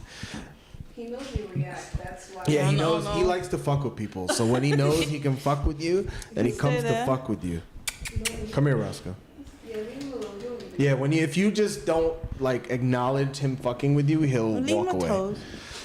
Yeah, go on. What you saying? It's one of the most well done pieces because what it does is that the message would not be taken serious if it wasn't a cartoon. And the message would not be okay. taken serious if it was not a cartoon where the animation is not that good. If it was a live action show, you wouldn't believe it. But because it's a cartoon, its packaging allows The it to truth. be something where you will then digest it as the truth. They say if you ever want to tell the truth, make it funny. Yeah. This is what I be telling people. Like, stop Comedians. sleeping on animations. Like, animation films have I the love them, most intelligently hidden content, especially Japanese anime. People, I Naruto. tell Japanese people all the time, like, bro, don't sleep on it because it's animated, it's a cartoon. Really watch and pay attention to what they're saying. But that's funny. But the chicken, though. That's wild. I still don't understand. Nah, some people ate it. Some people made videos eating it. People eat Yeah. it. Hey, Roscoe. He's pulling in. Shit, I might have that's picked up me. some if I was there. Would I'm you? sorry, I Roscoe. might. Okay, so we have a couple more. All right. Speaking of Americans don't consume any. Produce. Americans don't produce anything. Here's something to challenge that. Jeff Bezos backed automaker reveals affordable EV pickup truck. You guys heard of Slate? No. Okay. So Slate it's called Slate Auto, right? It's a company that's doing the complete opposite of what Elon Musk is doing with cars, right? So it's a startup company and it's basically like a base model of a car. Has no touch screens. All it does is drive. It's like, well, let me read more. The company on Thursday unveiled its pickup truck that minimalists and bargain buyers alike might gravitate towards. The base model bare bones EV features a simple dashboard with knobs to control heat and air conditioning, crank windows, and a phone mount to play music. The vehicle does not come equipped with an information system or speakers, though the latter could add as an accessory, one of many offered by Slate. So let me go to a simpler description of this. So what is the point of the vehicle? Yeah. It's Drive You know when you go Point A to to point B. to just drive you around. yeah, so you know how when you go to a car now, like when you go and buy a car, I should say, everything is like everything is automated, computerized, right? touch screen. Like you're not doing analog things to the car really anymore. So he's doing the opposite, almost like what a dumb phone is to an iPhone. He's doing like a dumb car. Just It's standard. A standard, yeah. And you can add things to the car. You can like, cause it's like, ugly. is it ugly? It's boxy looking. Yeah. It's a It's boxy like that looking Tesla car. tank that people are driving. Look at it. But it's more boxy. Oh yes. More boxy. Yeah, because it's Yeah. It's only If like you're gonna do that 15,000, with- right? it's only It's not coming off your 15,000 car? exactly. It's meant for regular people to own, apparently. I mean, so if you want regular people to buy in, and then you want people to get more hands-on, why not make it look presentable? Why it got to be a box? because it's like meant Bruh, to it's like meant to just be a cheap car that will Yes. get you from A to Z. from point A to point B. It's not meant to have any of the fancy shit. I guess. But is anybody gonna buy it though? Is my point. Yeah, it's Amazon. That's it. Yeah. Now that you can buy cars on Amazon, like okay, so Exactly. so Wow. I mean, you can buy Here's- houses here's- on Amazon too. yeah, hold I've on. seen but that one. was a new Here's the switch that interesting happened part, right? recently, Yeah. what do you guys think of the TikTok ban? The what? The TikTok I ban. know there's something behind it, but I'm not American, so I can't. It You- wasn't We didn't even a get banned, social remember? You media. guys got banned, we didn't. Only in America, right? Yeah. we Like were it's okay. not banned. It's not banned anywhere. This idiot's under there chasing his tail. You know, So you know the TikTok is TikTok- not even Chinese. I've heard it. I think No, it had it's something- Apparently, it Taiwanese. had something No, to do it's with China. Chinese. So it wasn't social media. It's like China. It's like a Chinese like I don't want to say Alibaba, but it's a place where people go to shop. It's just that in the U.S. it was introduced as a social media platform, and then they introduced that market now. And was into- it Red Note? They've got Red Note. That's their TikTok. One more time. Chinese got Red Note. That's their TikTok. Oh, that's their TikTok, exactly. And so it was already like a booming business. I told you this cat's going It's on mad. Roscoe, bro. Why are His you acting claws, like you? bro? That shit hurt. You know you're about to punch it. He got mad. But go ahead, you had a Yeah, point go on. in asking. Amazon was So, it? No. because TikTok, yeah. we're talking about Jeff Bezos, right?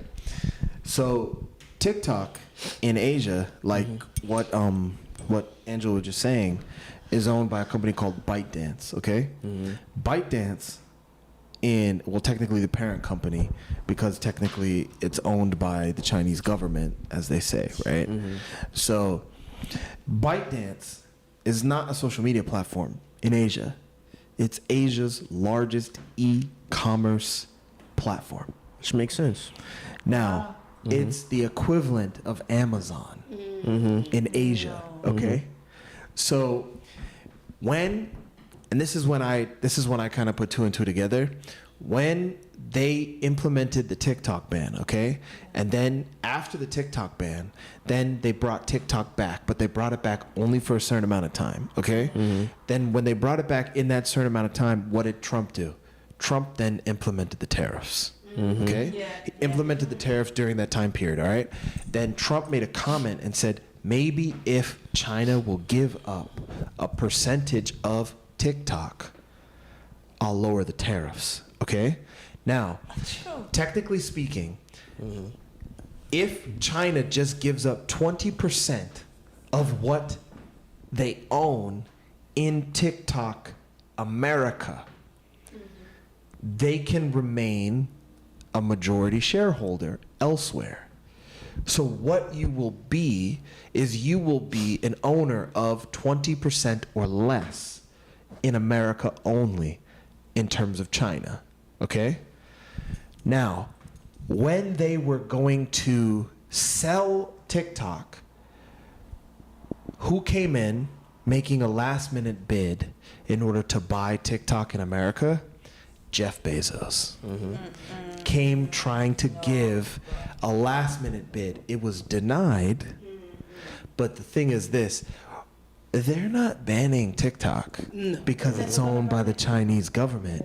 They're trying to get a piece of what it is as an e-commerce platform in other countries. That's what they want. Makes sense. Yeah, completely makes sense. Yep. All right. Next one. Kanye West wears black KKK outfit for interview, sparking. Your accent changed just now. It was clever. It was like we were one.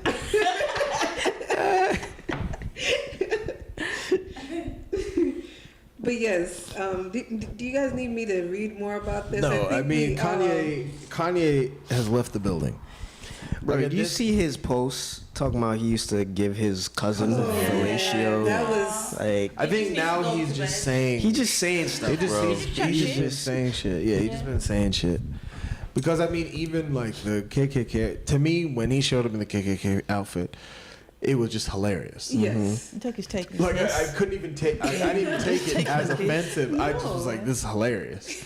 Like because it was a black KKK outfit, and I was like, "That's actually like one of the most pristine KKK outfits I've ever seen." Literally, Like I was like, yeah, like no crease. Like it didn't. That's what I'm saying. Who did he go He's a to? designer. How dare you question? Yeah, like who did he go to? Yeah, exactly. Like it was such. I was like, wow, that's a pretty nice KKK outfit. But I was even there saying to myself, I'm like, how was I able to recognize that was a nice one? He's like I started questioning myself. Yeah. Why Could you am I move- thinking that Could way? you move the table over there? Yeah. Move the chair. Matter of fact, fuck it, we'll stand. Like it just is like it's like a skit at this point. Yeah, he's Like skit it's like a himself. skit. But Like I I can't get take what him he's serious. trying to do though. No. But he's off the rockers, and there's much logic No. he's trying to apply. He's not off his I rocker. think he's No, quite I think he's intelligent. very intelligent. I think he's quite He's not intelligent. off his rocker. He's having to up the ante every time. Yes. Because he's trying to be controversial and he's trying to maintain it. He's trying to by- up himself. He's literally his own competition. He's one-upping himself Yes. in terms of the No one else, ridiculousness. Yes. So himself. it's like the more and more controversial he gets, and that's why. Because once I heard him say the thing about him giving head to his cousin, I'm like, yeah, he's just one-upping himself. I thought he got hacked for that one. No, that he's one that up was him. himself. You see what he did after that? He went to Japan apparently. Yeah. And he did And a did what? live. He went to Japan. He did a live talking about now that everybody thinks he's gay, you can see all of the attention back on him again, but people are missing the point of what he's saying because he does this so he can then talk about what he really wants to talk Yeah, about. he's trying to bring Because up he was like even talking about the fact that he wore the outfit, and he was like, "Look, man, don't you see? Look what I got on." He had on a big ass swastika Yeah. with diamonds. And he was like, "Who do you think made this? You think the Jews really care that I'm saying Jew and being Yeah. anti-Semitic? It's just because they haven't figured out a way to get paid for what I'm saying yet." He's like, "Who do you think made this? It's called jewelry." Yeah. He had a point. I'm like, No, he's, but what I he's mean, right. like, he's off the rocker. He is the rocker. Like he's like doing so much. Just as like at this point, I'm like, He's just living you've his life. outdone yourself. Yeah. Like you're so intelligent that you've outdone yourself. There's nothing It's else. like it's just there's only one man here that I can diss in It's order to me. ensure, and it's me. Yeah, it's like there's only one man that can take me down, and it's me. Like it's like he's out thinking himself. It's true. Okay, next rapid fire. Utah becomes the first state to ban fluoride in public drinking water. This is like, it's not even.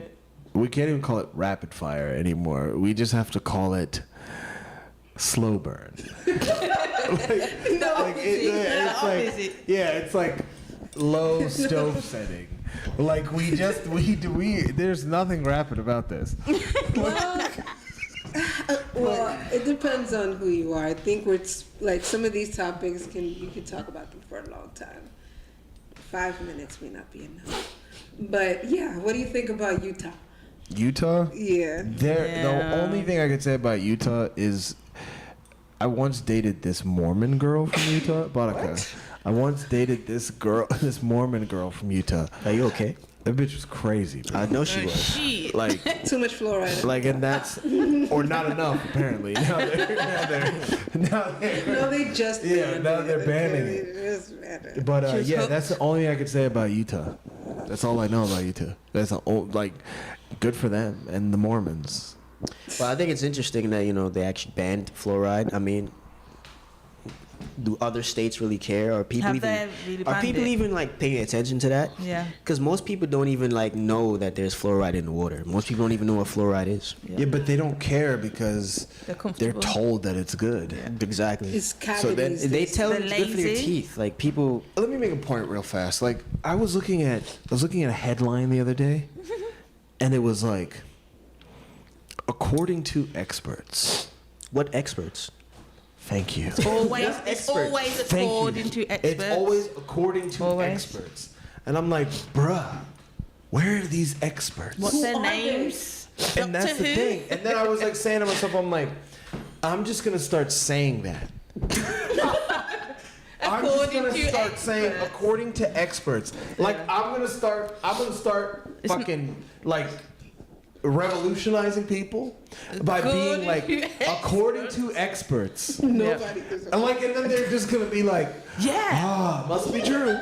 Like they're just this man knows what he's saying. Let him cook. Like because it just like like that's what they fucking say. It's true. And because you sit there and you're fucking reading it and it's coming from fucking USA Today. It's coming from Yeah. fucking BBC. It's coming from the fucking whatever Nice you to name be it. included. Yeah, like we're always gotta help you guys out. Like because it's coming from these so-called, you know, like real news Institutions. outlets. Yeah, They're like popularized. must be accurate, but all they're saying is according to experts. Because there's an assumption there's regulation around them. Yeah. And it's like, Who are these experts? are these expert regulators? And who the fuck is that? And according to what? It's true. It's- Yeah. We're in a pickle in society. According to. Oh man. Okay. We're almost done here. You hot over Football. there. Yeah, it's hot as hell. Football diehards Just hot. and Argentinian retirees protest pension reform. Yeah, I don't know anything about football, so. Do you know anything about this, Kajas Ariman? What is? I didn't hear you. I think I'm the one who sent that, but that was like football diehards 3 weeks in ago. Argentinian retirees protest pension reform. Riot police used tear gas, rubber bullets, and water cannon to try to disperse. Yes, to try to disperse stone throwing protesters.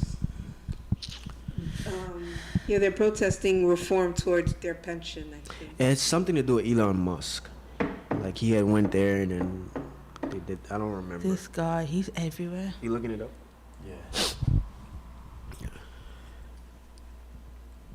So the article I have is more so talking, it just shows the intensity of the protest, and how kind of like drastic it is, but it's not giving the details to what's coming to. I mean, pension is a big deal.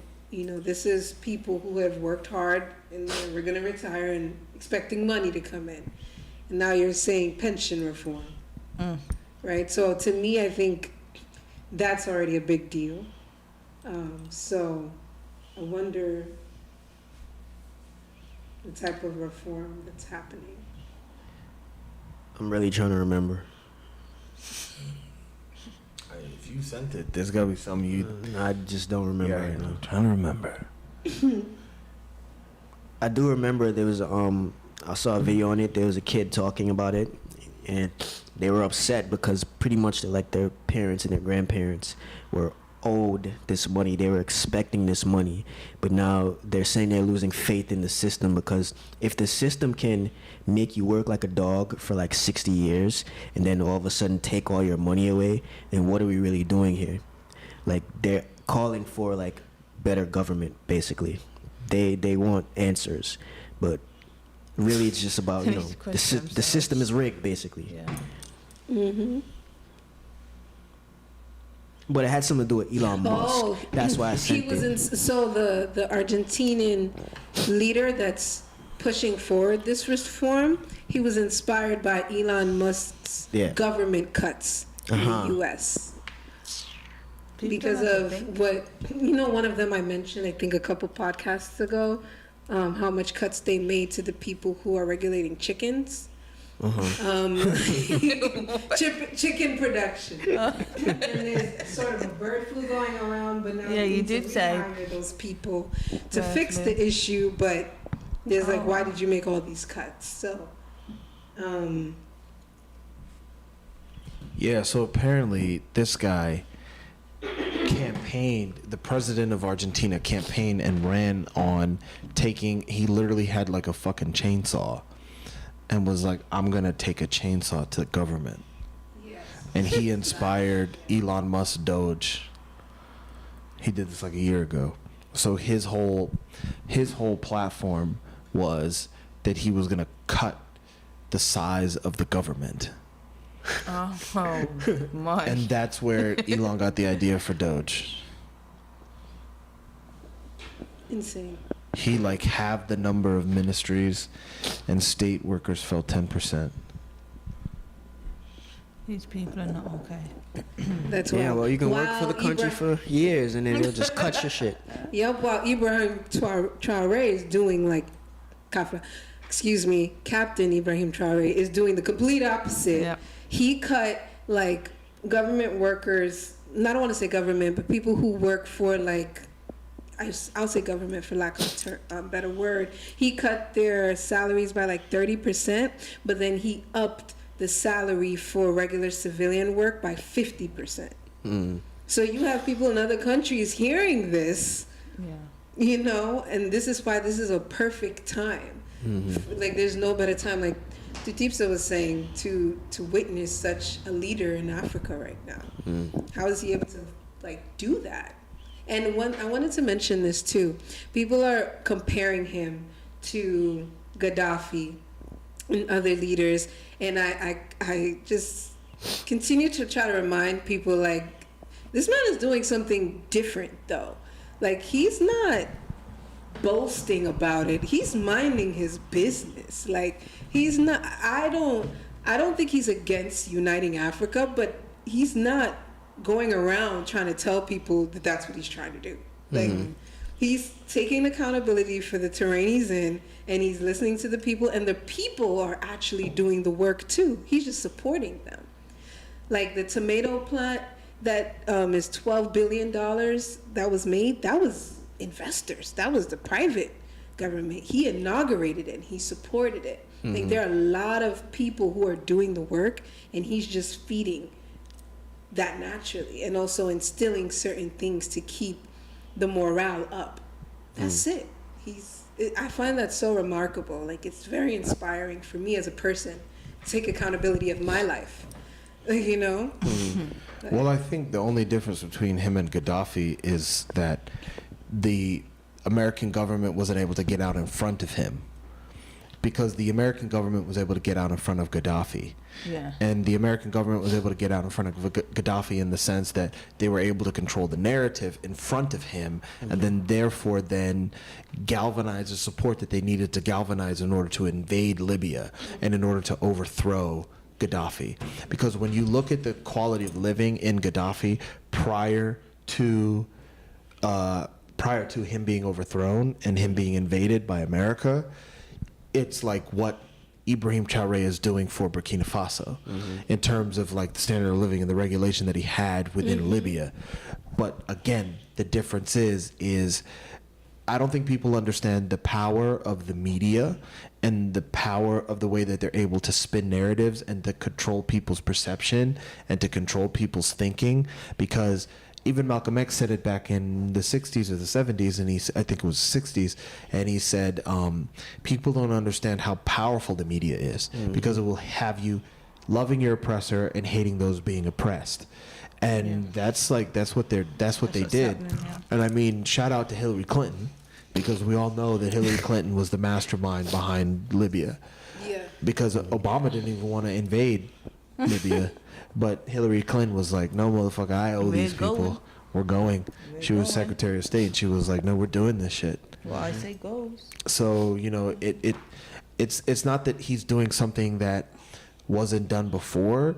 It's that they weren't able to get out in front of him, because now they can't galvanize the support to go in and invade, because people are able to really understand the narrative in terms of what he's doing without them being able to shape the perception around it and then galvanize the public support.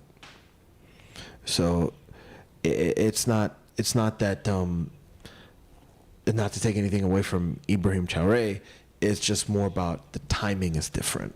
Yeah. They can't do that because Gaddafi, the reason why they took him out is because he wanted to make an African-based gold-backed currency. That's what I'm saying. Like, he Yeah. spoke that. Yeah. And that's like the scariest thing. No, he brought it out. He brought it into African conferences, and he was talking to other African leaders, and he started talking to them about it, and that was the problem. Exactly. Is that it's not that he spoke about it, it's the fact that, because when you see about what they're doing in terms of the general going to the Ivory Coast, it's because not all kinfolk are kinfolk, my Right. boy. Yeah, my So boy. it's what it is. What it is that just because, and that's the thing, him and I were talking about this because we went to some fake ass African conference here in Brooklyn. Newark. No, it was Newark. It was Newark? Yeah. I don't remember where it was. It was in Newark.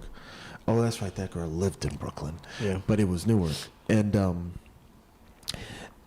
I was sitting there, I was looking around, and I said, people from the diaspora, whatever word, whichever one it is, I never remember which one it is, are never going to move forward as long as black Americans are involved in any sort of revolution. Because black Americans are the problem. And the reason why black Americans are the problem is because they don't know what the fuck is happening. Yep. They don't understand the culture. They don't understand what to do, but they think they have a better grasp on it than other people. I don't even want to try to understand. And they don't even want to try and understand it. Black Americans are the problem. Black Americans are the reason why revolutions will never move forward in terms of the diaspora. You give positions of leadership to any type of black Americans in any type of fucking organization that has to do with the revolution, it will never move forward. I'm saying that, and I mean it. I mean it. Because I was looking around, I'm looking around at these black Americans that are walking around in traditional outfits, don't know what the fuck it means to be wearing a traditional outfit, walking around acting like they understand African culture. When's the last time you went to fucking Africa? And you're gonna tell me about African culture and you're sitting here having a fucking African conference? When's the last time any of you fucking idiots understand anything about Kemetic culture? And then you wanna sit around here and tell me that this is a fucking African conference? The fuck out of here. Black Americans are the problem. Nicely said.